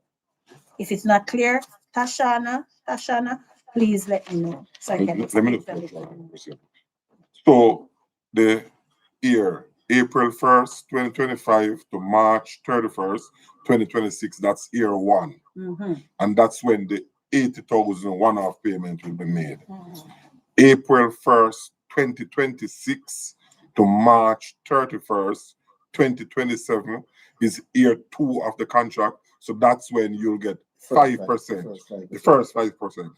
Then the third year of the contract, which is the third and last year of the contract, is April 1st, 2027. That's next year, April 2027, and it runs for 12 months to March 31st, 2028, and that's our next 5% again. So that's a third year of the contract. That is it.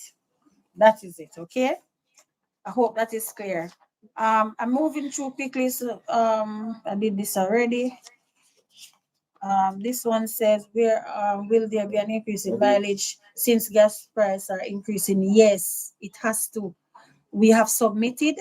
I can tell you that we have looked at the average because we have no upkeep. The increase in maintenance and gas is very high. And we have submitted to the Ministry of Finance what we believe is reasonable. Now, as I said, the National Works Agency is a government advisor, has sent that request down to the Ministry of Finance. We don't know what that is, but after we have concluded on this part of the negotiations, we will continue to discuss that and as well as the concession. So that is going to be done. Is the payment applicable to persons that start working in 2025? Oh, where, what time, when?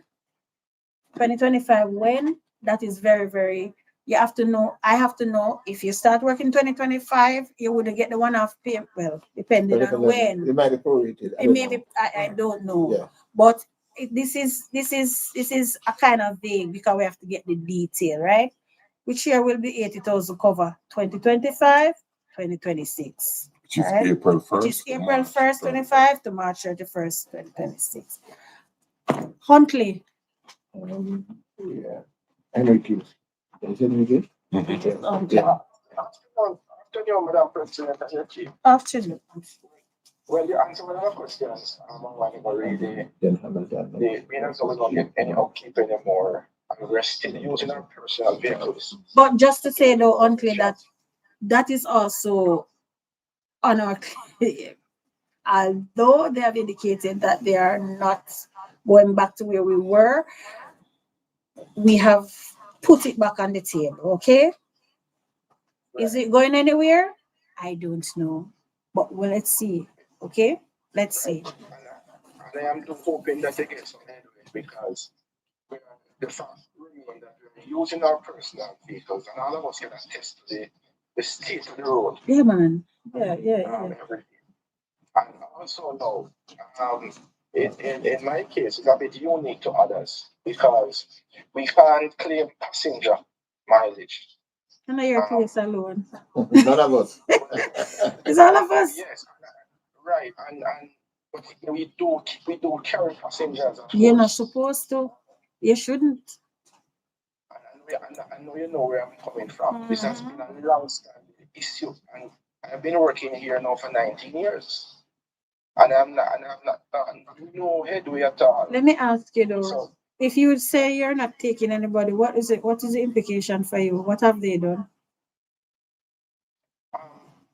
well, they can't force me to carry someone. But Okay. in terms of getting the job done effectively, it makes sense. And so it's not a tough, which I know you know. We can talk about that after, because I don't want to Yes, yes. expose you too much, but I know Yes, exactly what that's you're right. talking about. Right. But I got you. I know. So that's why from my end, I am trying to see how we can treat with those officers, especially those bona fide that have to, by nature of their job, have to do this type of work. But only just we're trying. You hear? We're trying. Okay. All right. Thank you. Yeah, Parker. Yes, good afternoon, Madam President, to you and your team. Let me add my voice today. Appreciation and congratulations on the great work you guys have been doing. I've been in government for a while now. I must say it's the first that I am getting this clarity and breakdown as it pertains to the ongoing negotiations. So, two quick questions. When the new salary is 0.2 points, so for example, if you're the fifth point when the new year comes around, after the fifth point. Yes. And okay. And then also, can we look into this matter of overlapping points in the salary scale? Ah, Jesus. You're in two scale at the same time. Yes, I think it's an injustice to person. I think so too. I think so too. Yeah, when you move, it's In the like band. You can be in two band at the same time. So the fifth point of the first band, you're at the first point or the second or second. Yeah. It never used to happen. Remember, we used to reach to the end of the scale and then you would start at the minimum. And if the minimum is within the same, you would get an increment so that you would benefit. That has been eroded under the compensation. So what I've seen is that you have persons, that's why nobody wants to act, because you are at the 8 points, right? Or the 7 points of this 13-point scale, but the acting at the other band is the first point. And then that is pretty much the same as what you're earning. It just don't make sense. No so it's not motivating persons to act. So one of the things that we're going to see if we can do for this is see if we can fix the salary scales, because that is causing a problem in the service as we speak right now. thank you and great job again. And looking forward to it. Thank you very much. Carol, your time, please. Good afternoon, Madam President and team, and my members. My question is, Madam Press, is the contract workers. In the negotiation period, the contract workers did not benefit. And if they have the clause again for substantive posts, we're going to have a problem again. Because the contract workers are not at the establishment per se. So we're going to have a problem. And for those who are also active, they won't be paid at the level they are now. They will be paid at their substantive post, which is the one they were before. These are people who are acting in higher level. The positions that are higher level will go up by 5%. What I'm saying is Yeah, so if you're acting, your substantive position goes up by 5%. The position that you're acting in will go up by 5%. So you get the difference for your acting. That's one. Two, I believe that the one-off payment also should go to all public servants based on what is calculated at the ministry. That's my understanding. Remember contracts, the increase doesn't change the terms of engagement and the terms of conditions of engagement. So an increase is not going to automatically change that. That is how it is. Until that changes, it remains the same. Unfortunately, how it is structured, only persons who are employed against an established position will move. That is the case for those persons who have new structure, especially in the new municipal corporation where they have transition persons. Now they will get the 5% and everything. The problem is where the persons on contract are not employed against an established position. So they will only benefit at the expiration of their contract. The new contract is renewed is when they would benefit. Right? So that is it. I can't change that like that. Please, colleagues, please mute your microphones. Thank you, Sister Cara. Shanice. Good evening, Madam President. Good evening. And good evening to your team. Hi, Alderton. Good evening, everyone. My question is not relation to what you are speaking on, but to ask if a negotiation can be done. I don't know if it's to consider it a negotiation, but as it relates to the 150 education grant that public sectors are exposed to, there's a cap after 2 years of receiving it. You are not able to get it again. Yes, you get it twice.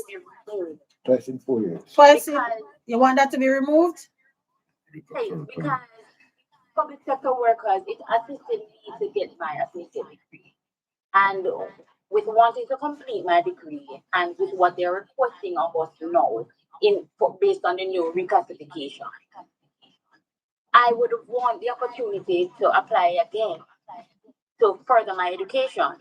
But because I've received it twice, I am unable to receive it again. And if we're going to pay education tax for persons to use, to have the ability to be exposed to the different levels of education, and they themselves are not utilizing it, and we are paying it, we should be able to receive it whenever we have the chance to, I believe. All right. So this would not be for this negotiating period because the claim has already been in, but something that we could probably look at for the next period. But I don't think it's unreasonable because when you think about the number of persons who benefits, it's a significant sum. So we would have to ask for additional funding for that account. I don't know if that can be facilitated in this budget, but certainly we can ask for the next period. Please remind me so that I can consider that for the next claim, but certainly not for this one. The next time you make a visit to NIS, I'll make sure. Sure, no problem. No problem, Shanice. Thank you, Shanice. Appreciate it. Brother Leo. Second time around. Leo, make sure your mic can open. I was calling you earlier. Open your mic, Brother Leo. Still can't open. Move to cousins. Shanice, lower your hands, Shanice. Cousins. Leo. Yes, I'm hearing you now. Finally. Go ahead, Brother Leo. Good afternoon, colleagues. Good afternoon. Good afternoon, President. Yes, Thank you, President. I love the breakdown that I would say entertain us because I mean it's such good news. I want you to keep in mind the MLSS. Yes. As you know, we're having some serious issues which we really need your support going forward. Right? I just want to add two things just to find out figure in regards to the length of the Oh, hold on, Leo. Hold on. Somebody's in the background. The noise. All right, go ahead. right. Just to say after this 3 year negotiating period, are we returning back to that 2 years? Because Yes, it's very yes, important. that's the intention. Right, and you need to set it straight with the JCTU, right?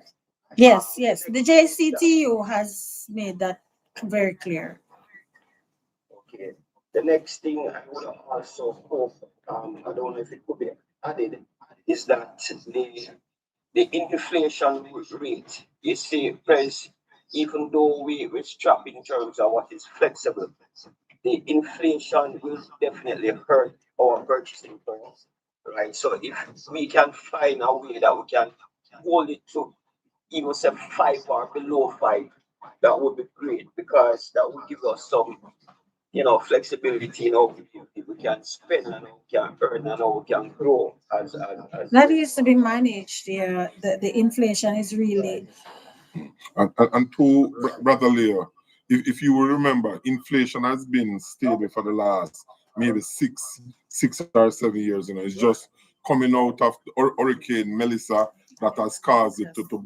But for the most part, inflation rate for the last maybe 6-7 years has been stable between 4% and 5%. So hopefully after the recovery of Hurricane Melissa, we can go back between that band. Hopefully, but we have to keep that into consideration. Right, that's what I was thinking, Chris. And also, if you want a little additional reason why we need to keep that related non-taxes that we in government would like to spend. So it's not like when we get the 80,000, it will be going into the economy, right? All of that $80,000 will be spending in the economy, right? So Yeah, that's why I don't want to tax. Exactly. Not that. That's a unanimous decision, though, Brother Leo. That's a unanimous decision in terms of non-tax. And I think it will be non-taxable, Brother Leo, because I think the Ministry of Finance team is reasonable and they realize that, we gave up a 2% movement for the 80,000. So, it's give and take, as with negotiations. So I'm almost certain that they are reasonable. So it will be 80,000 non-taxed. Right, I am happy for that, and remember the whole compensation, the tax, everything, right? So this Right. So I'm very happy. Yeah. I've done it best, and I thank you very much for the update. Thank you, Brother Leo. Cousins. I'll take how many more we have? We have quite a few. Oh my gosh. Cousins. Go ahead, Cousins. Yes, I need to take a vote. I need to have a poll. Shani, I need to do a poll after this, please. We have lost some persons. We had over 1,000 or something. We have lost some, so we need to take a poll after this. Yes, go ahead, Cousins.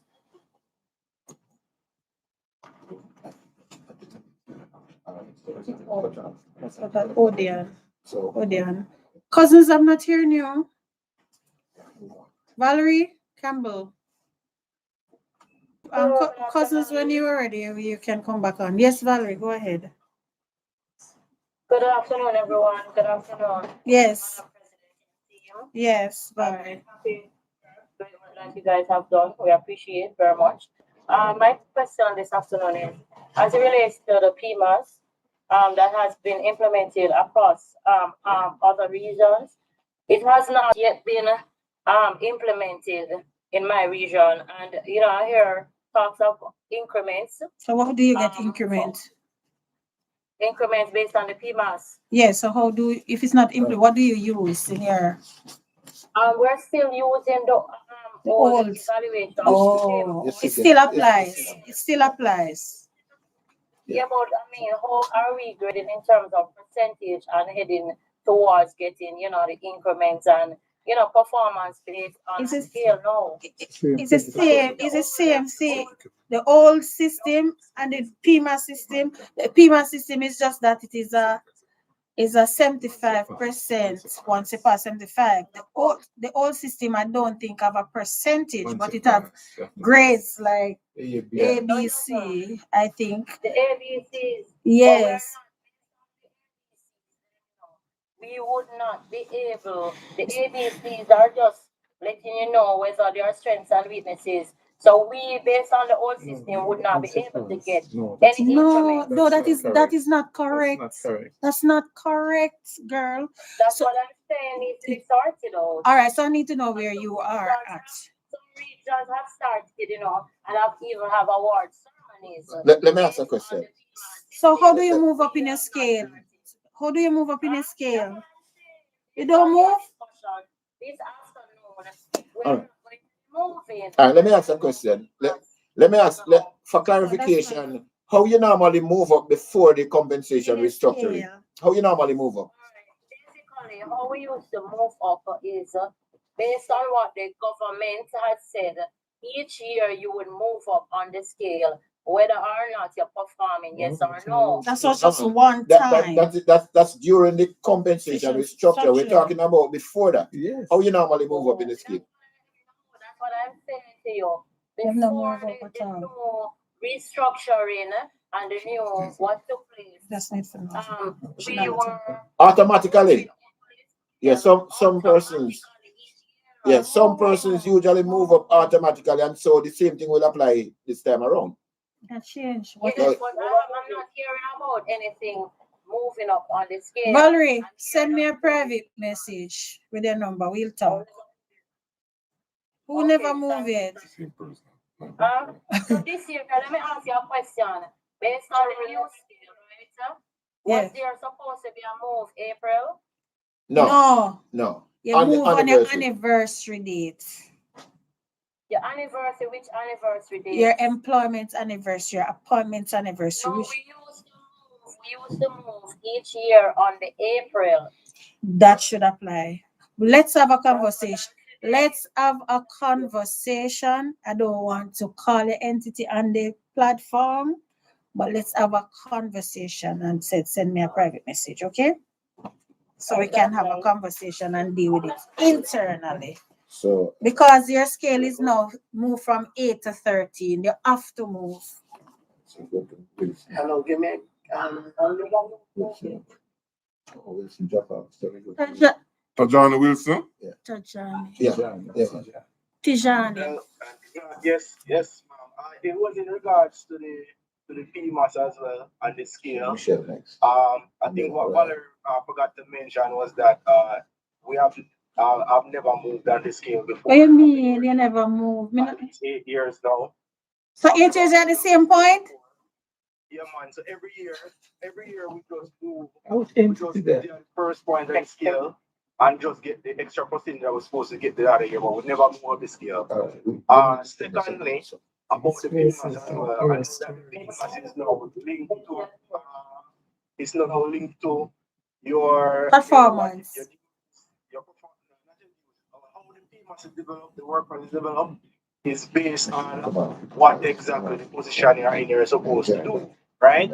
And based on what is now on the work plan, for instance, technical staff, they are now required to monitor other staff members, for instance, be team lead or some supervisor position.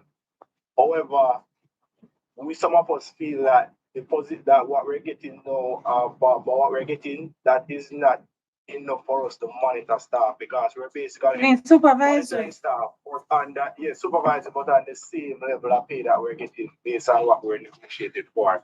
So what we're trying to figure out is that is a discussion that is being had for us for that to be started because we are we are monitoring persons, but The monitoring or you're supervising?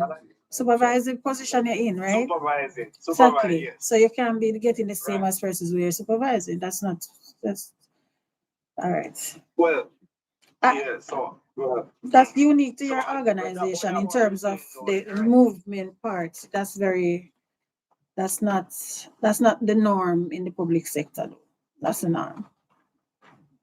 That's some persons never moved up the scale. We just at the same point. So like somewhere I do, I tell you. Yes, Tajani, I hear you, Tijani. But we can't address that in this forum, I'm sure. I'm sure you know that we can't do that, right? Michelle, I have to close off at 4:15 around about that time, guys. I had to do a poll before everybody leaves. I need to get a poll to say whether or not we will accept or we should reject. I need that for my record. So my PR is going to put up the poll. Please go up and vote on the poll. Thank you. Tijani, you can lower your hands, please. Michelle. A question. Tijani, you still have a question? We're taking Michelle now. Michelle, we're taking Michelle. Who is that speaking? Who have a question? Who is that? My name is Mr. Huggies. No, who Michelle, give me a second. Who said they have a question? Is it in relation to the same thing Tijani just said? So no, not the same thing. All right. So for persons who aren't in a platform. Yes, go ahead. So for persons who aren't in a post, will they be benefiting from the restructure as well as the 80,000? The restructure, there's no restructure, there's an increase in salary. What you mean you're not in a post? So you mean you're not on contract? I'm not in a established post. Right. So you get the one off. I don't think you're gonna get the percentage increase until the same thing applies prior to now will apply. So if you're employed against an established post, you get the movement. If not, at the expiration of the contract, you get the new rate. That's how it usually works. That doesn't change under this salary negotiation. Not gonna change. So when my contract ends in September, I'm supposed to get you renew it on the new right. Luckily, your one will end in September. Some people probably next year. Yeah, okay. That's how it works. Okay. Okay, thank you. Mm-hmm. Michelle. Richards. Michelle.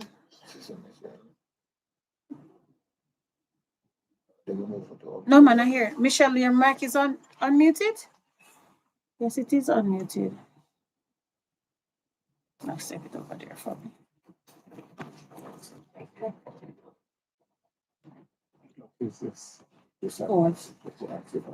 Michelle?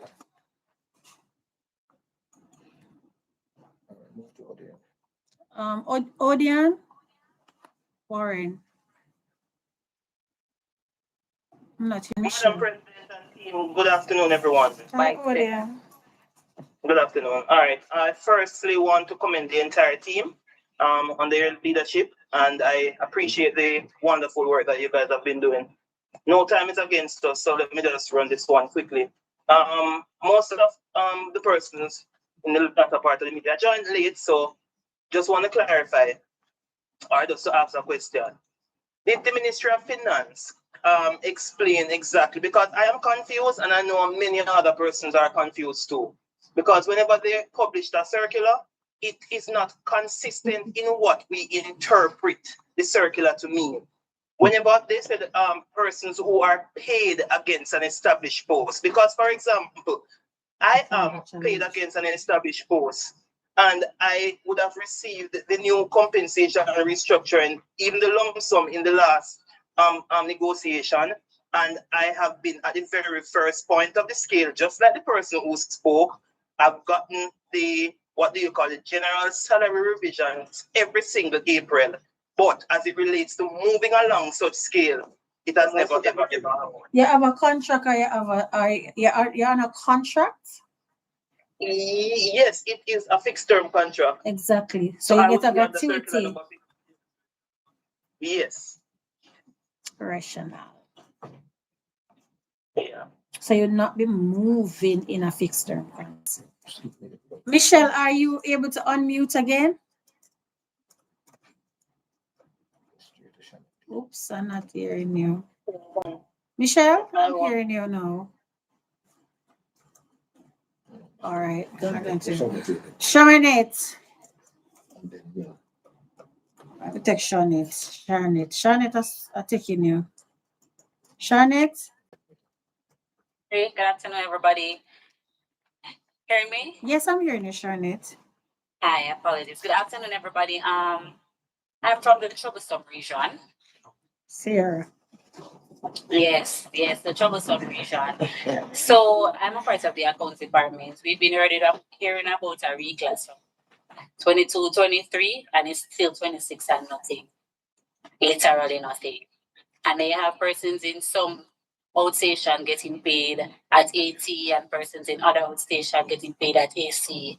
It's confusing because we're doing the same level of work. And then they say every group getting salary increase and we're just stuck here working out their salary increases. It's too much. As I said, I'm going to meet with, isn't we have a meeting with the regional director? Is this set up? I think so. I don't know what my schedule is, Sharnette, but I know we're supposed to meet about those issues as well. So I can't answer you because I actually met with the PS already with some of your reps from the Ministry of Health. I did meet with PS, outline some of these challenges with him, and I'm supposed to meet with the regional director. And as I said, my team met with the minister last week, 2 weeks ago, and we are supposed to meet again because I wasn't here to participate in the conversation. But what's also insightful in the conversation that we had as well is how we will provide additional support in terms of dialysis machine and those things to our members who I have seen an increase in kidney failure among our membership and other diseases that is very, very concerning. So some of those things are important, as well as mental health challenges. And that's why I'm pushing for mental health days. I was told that the mental health days getting some traction. We have not yet received anything in terms of where that is. In relation to the DCS group, I must also say that we have some positive news that I will share in the appropriate forum for DCS. But certainly we are working on a lot of other things as what this particular meeting is really to deal with the increases. And so it seems to me that I would have to have regular meetings like these, probably once per quarter, where not for the negotiation per se, but just to discuss some of the concerns that the members may have. And that is something that we probably need to do in terms of, forums like these where we can get department that are having the challenges and how we can engage with your heads of entity to see how we can move some of the things forward.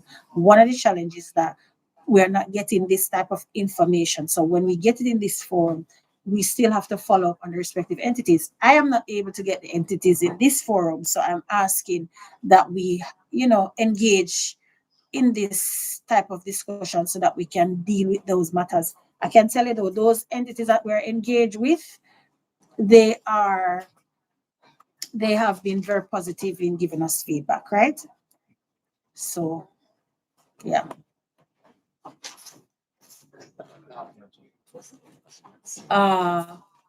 Richard, Michelle, Sharnette, is that it for you?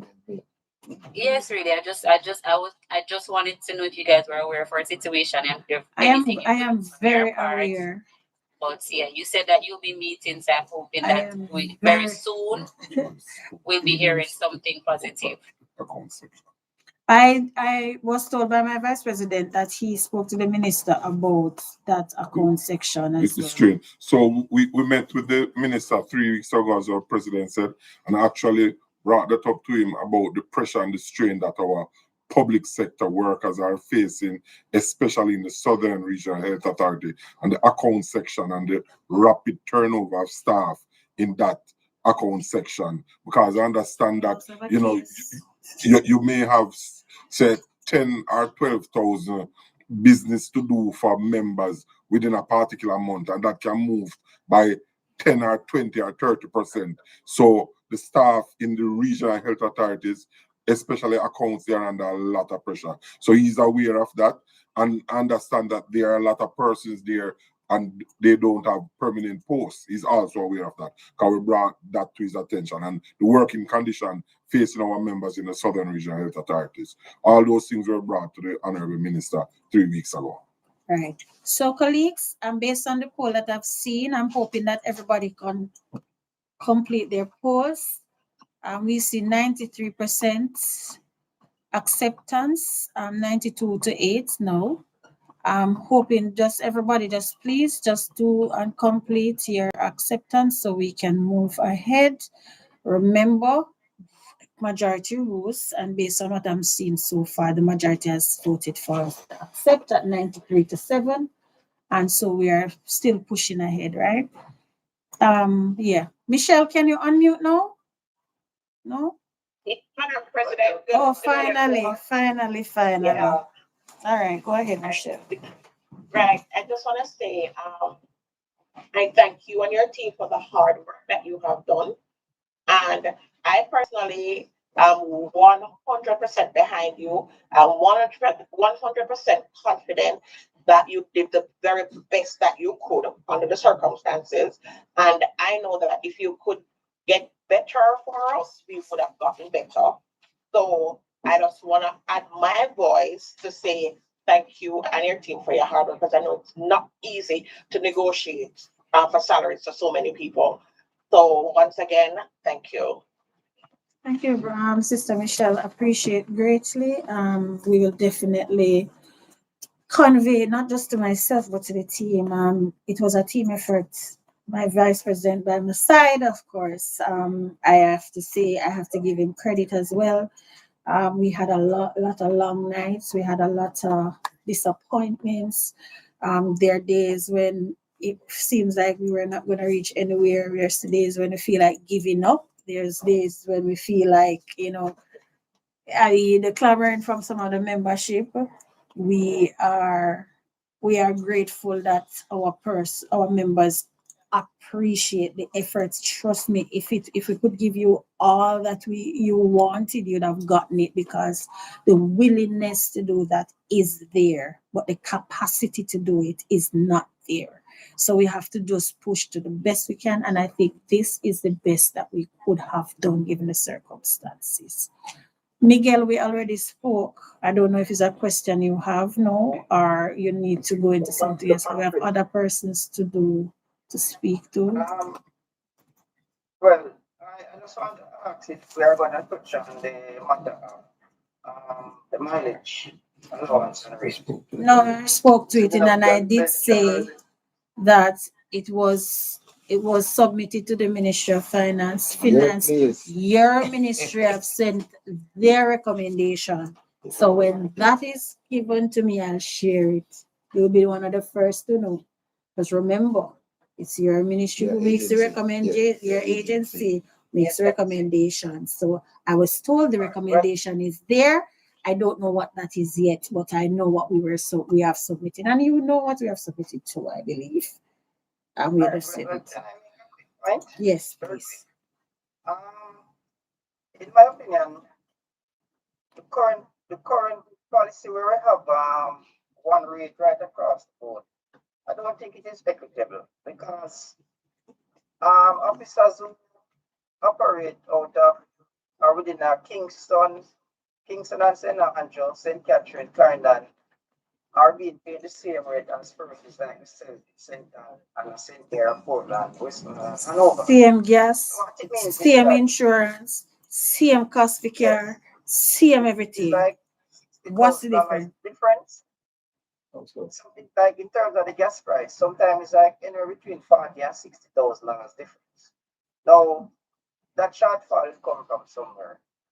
So, I mean, depending on where you purchase gas? yes, at the service stations. So if you go Ocherios or Port Antonio, it is 30, 40, sometimes $60 more than other parishes, you know? So I think we can look back at that to see if we can get some more equity. But Miguel,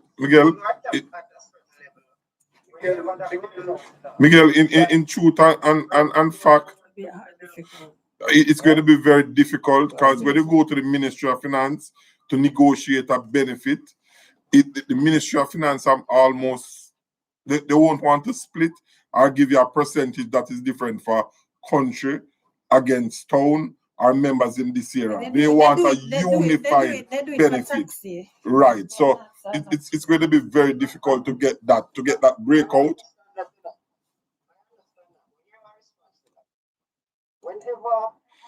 Whenever you have exhausted your mileage allowance, and there are things to be done, you know. What it means, you know, is that government has to, that government, are you hearing it? Yeah, we're hearing it loud and clear. Okay, yeah, it means that government business has to stay until the next month. They have a cap on your mileage. They have a cap on yours. Yes, we do. Okay, that's why. Okay. Okay. So that's an administrative function, though, you know. That's an administrative function. I mean, so it is an entity that limits you. Okay, well, that is something that I guess we have to put on the discussion, the topic for discussion. All right. I accept that. Thank you very much. I'm gonna take Mill. Is Mill this? Yeah. Mill and then Dana. And then Livingston. We can stop at Livingston because we have to close out. Unfortunately. I don't have to question. Mill, go ahead. Dana? Dana? Are you hearing me? Yes, I'm hearing you. All right. So my question was in regards to persons who were promoted or appointed, right? So even though the time span that they had the cap, or so to speak, on the incremental movement, that had expired, right? The person is appointed after the expiration of that no incremental movement phase. We were still appointed or promoted to the first point of our scale. So when I made a query regarding what is going to happen to that, I was told that they were engaging with the Ministry of Finance to find out how it is that they're going to be treating promotions and appointments now under this new system. And that was from May, and we're now in August. I have still not gotten any response. This is something that we're still working on. Like, I don't have an answer for you. I'll be honest, I don't have an answer.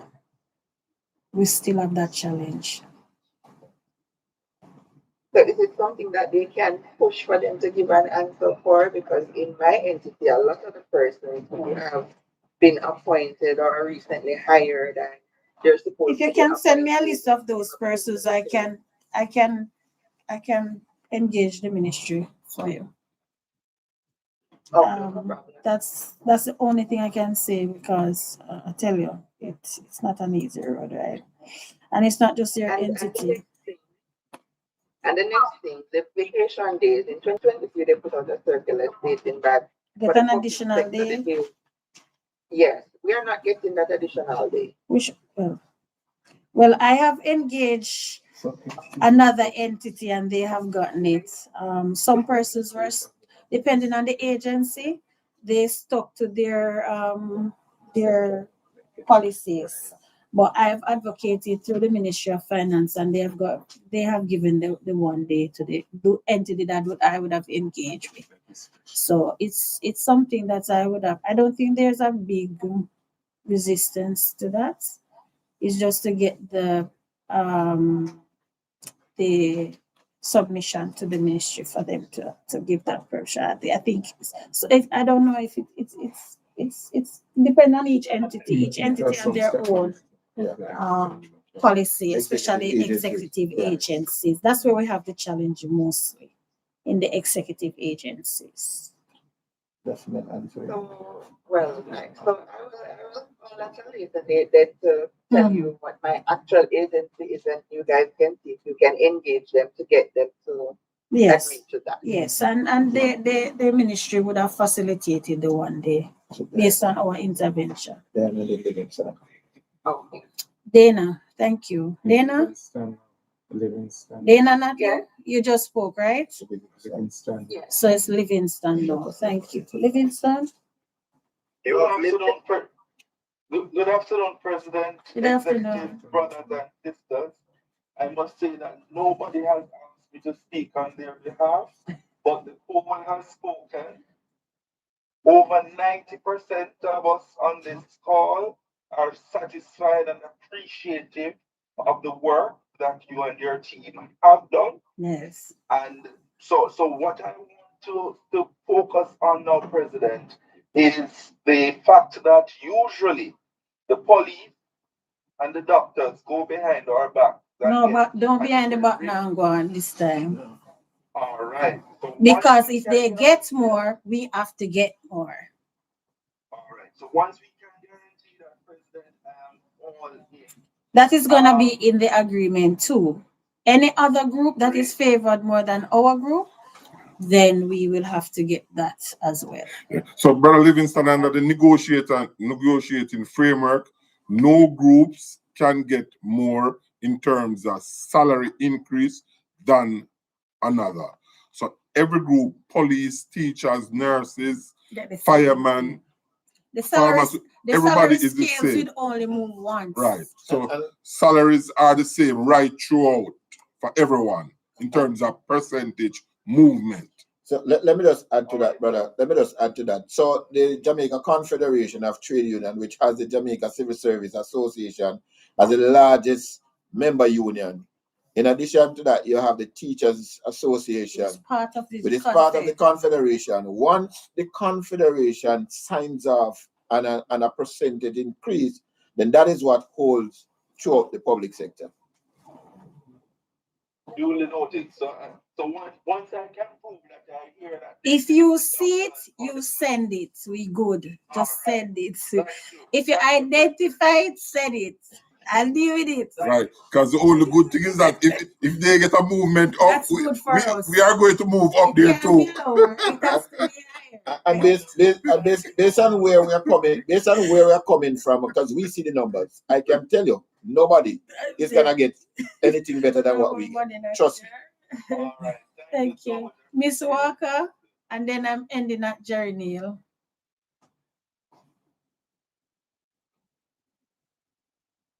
Mrs. Walker? Hi, good afternoon. You hear me? Yes, I'm hearing you very well. So thank you so much for all that you have been doing. Really appreciate it, and everyone on the team. Just to touch on the job reclassification. Okay. I don't know if I should call the department. No, don't. But I would like to. Don't. I would like to know how that's going, really. Yeah, let's engage after this privately, okay? Okay. Because sometimes I know that the submission is sent to the Ministry of Finance, sometimes I know where it is, as well as sometimes it no move off for the people in desk, and I know this too, okay? But I don't want you to compromise yourself on the platform. Right, because as a person working over 10 years in the same position that I'm working in, I am at the first rank basically, but I'm doing a second or third job. And that is something that is internal to your organization. So they would have to make that adjustment, right? So, and I just want to say that a reclassification doesn't necessarily mean that there's an improvement in position. It can also mean that there's additional positions that are required for the entity as well. right? There can be movements up, there can be new posts and retitled position, they can abolish positions, and a lot of things can happen. But one of the things that we want to ensure is that nobody loses their job, if you understand me, right? Yes. Some persons may have to move in new positions and they may require additional qualification, etc. But we try as best as possible. That I've not had any, probably except where we have had follow-ups. Yes. Good afternoon. I was trying to know if you have a number to speak with you afterwards. I sent It's the check-in. Put my COG in the the office number. All right. So which I don't get through now to the office and I'm in a home. So I just want to talk to you. all right. Can you check the number? Okay, I don't want you to. I like to speak with you number. I can send my assistant number, please. I sent her a message. Sent a message to you. My VP sent a message to you. Check your message. All right, thank you, Miss Walker. Jerry Neal, please do not call me until Monday. I come back to work on Monday. That's not you, Jerry. Miss Walker, Monday, okay. I have this to deal with on the weekend, so I will deal with those Monday. All right, I tell you now. Miss Walker, you hear me, right? Jerry Neal. Yes. Okay. Good day, Yes, Madam afternoon. President, and first VP and third. Just want to say congratulations to your negotiating team on moving from 0, then 2, then 5. I know it's part of a whole comprehensive effort by at the JTU, but of course you have played a very JCT. You have played a instrumental role in, you know, keeping up with us. Also notice that you mentioned some of us who were left behind. Yes, your organization is one of them. Very delinquent. And I just want to thank you for mentioning that you're going to be still on the ball with that. Your department is a problem to me. Just telling you upfront. But we're working on it. Okay, wonderful. All right, thank you very much. I'm glad for the explanation and breaking it down in such a way that everyone is appreciative of your efforts and see where we were and where we are now. Thank you very much once again. Thank you very much. I appreciate it. I also appreciate that colleagues, I want you to understand clearly. Some of the departments that are in government, they are very, very unresponsive. And I believe that we as unions need to start speaking up and speaking out publicly about it. There are numerous times when I've engaged departments, no response. My position is, if you're leading an organization and you don't want to treat the human resource with dignity, leave and give people the opportunity who wants to lead. But you cannot be treating the human capital, because without us, this government, this organization, this public sector cannot function.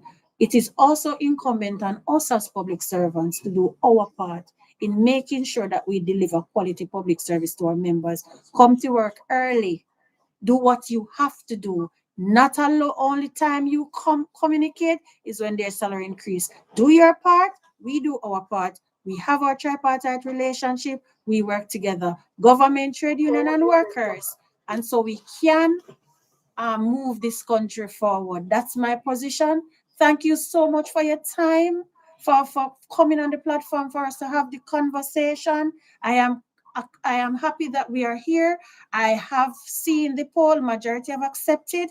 I take the opportunity to thank my team, my support system. I couldn't have done it without you.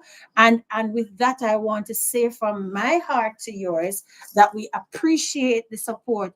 They knew that my 30,000 was behind me. They knew that if they did not If I don't think that they had reached the point where they could do what they do, I would have been marching. They knew that. So with that said, I just want to say thank you. I felt the support. We continue to push for some of the things that are not yet done, but believe me when I say that we're giving it our best shot. Was important for me to come off vacation leave to close out this section.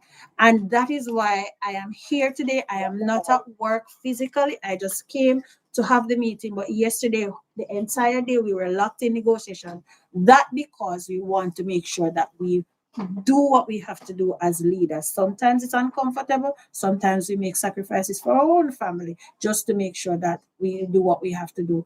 On behalf of the JCSA, entire family, executive team, officers and all, we say thank you to you. And we wish you a happy independence. I'll see some of you tomorrow at Grand Gala. Hopefully you're going, but just want to say thank you. We appreciate your membership. We look forward to your continued support. The negotiation is not yet over, which means that I still need the 30,000 behind me. Thank you for giving me that comfort so that I can push forward for the benefit of all of us. Have a great weekend, and we look forward to having more conversations like this.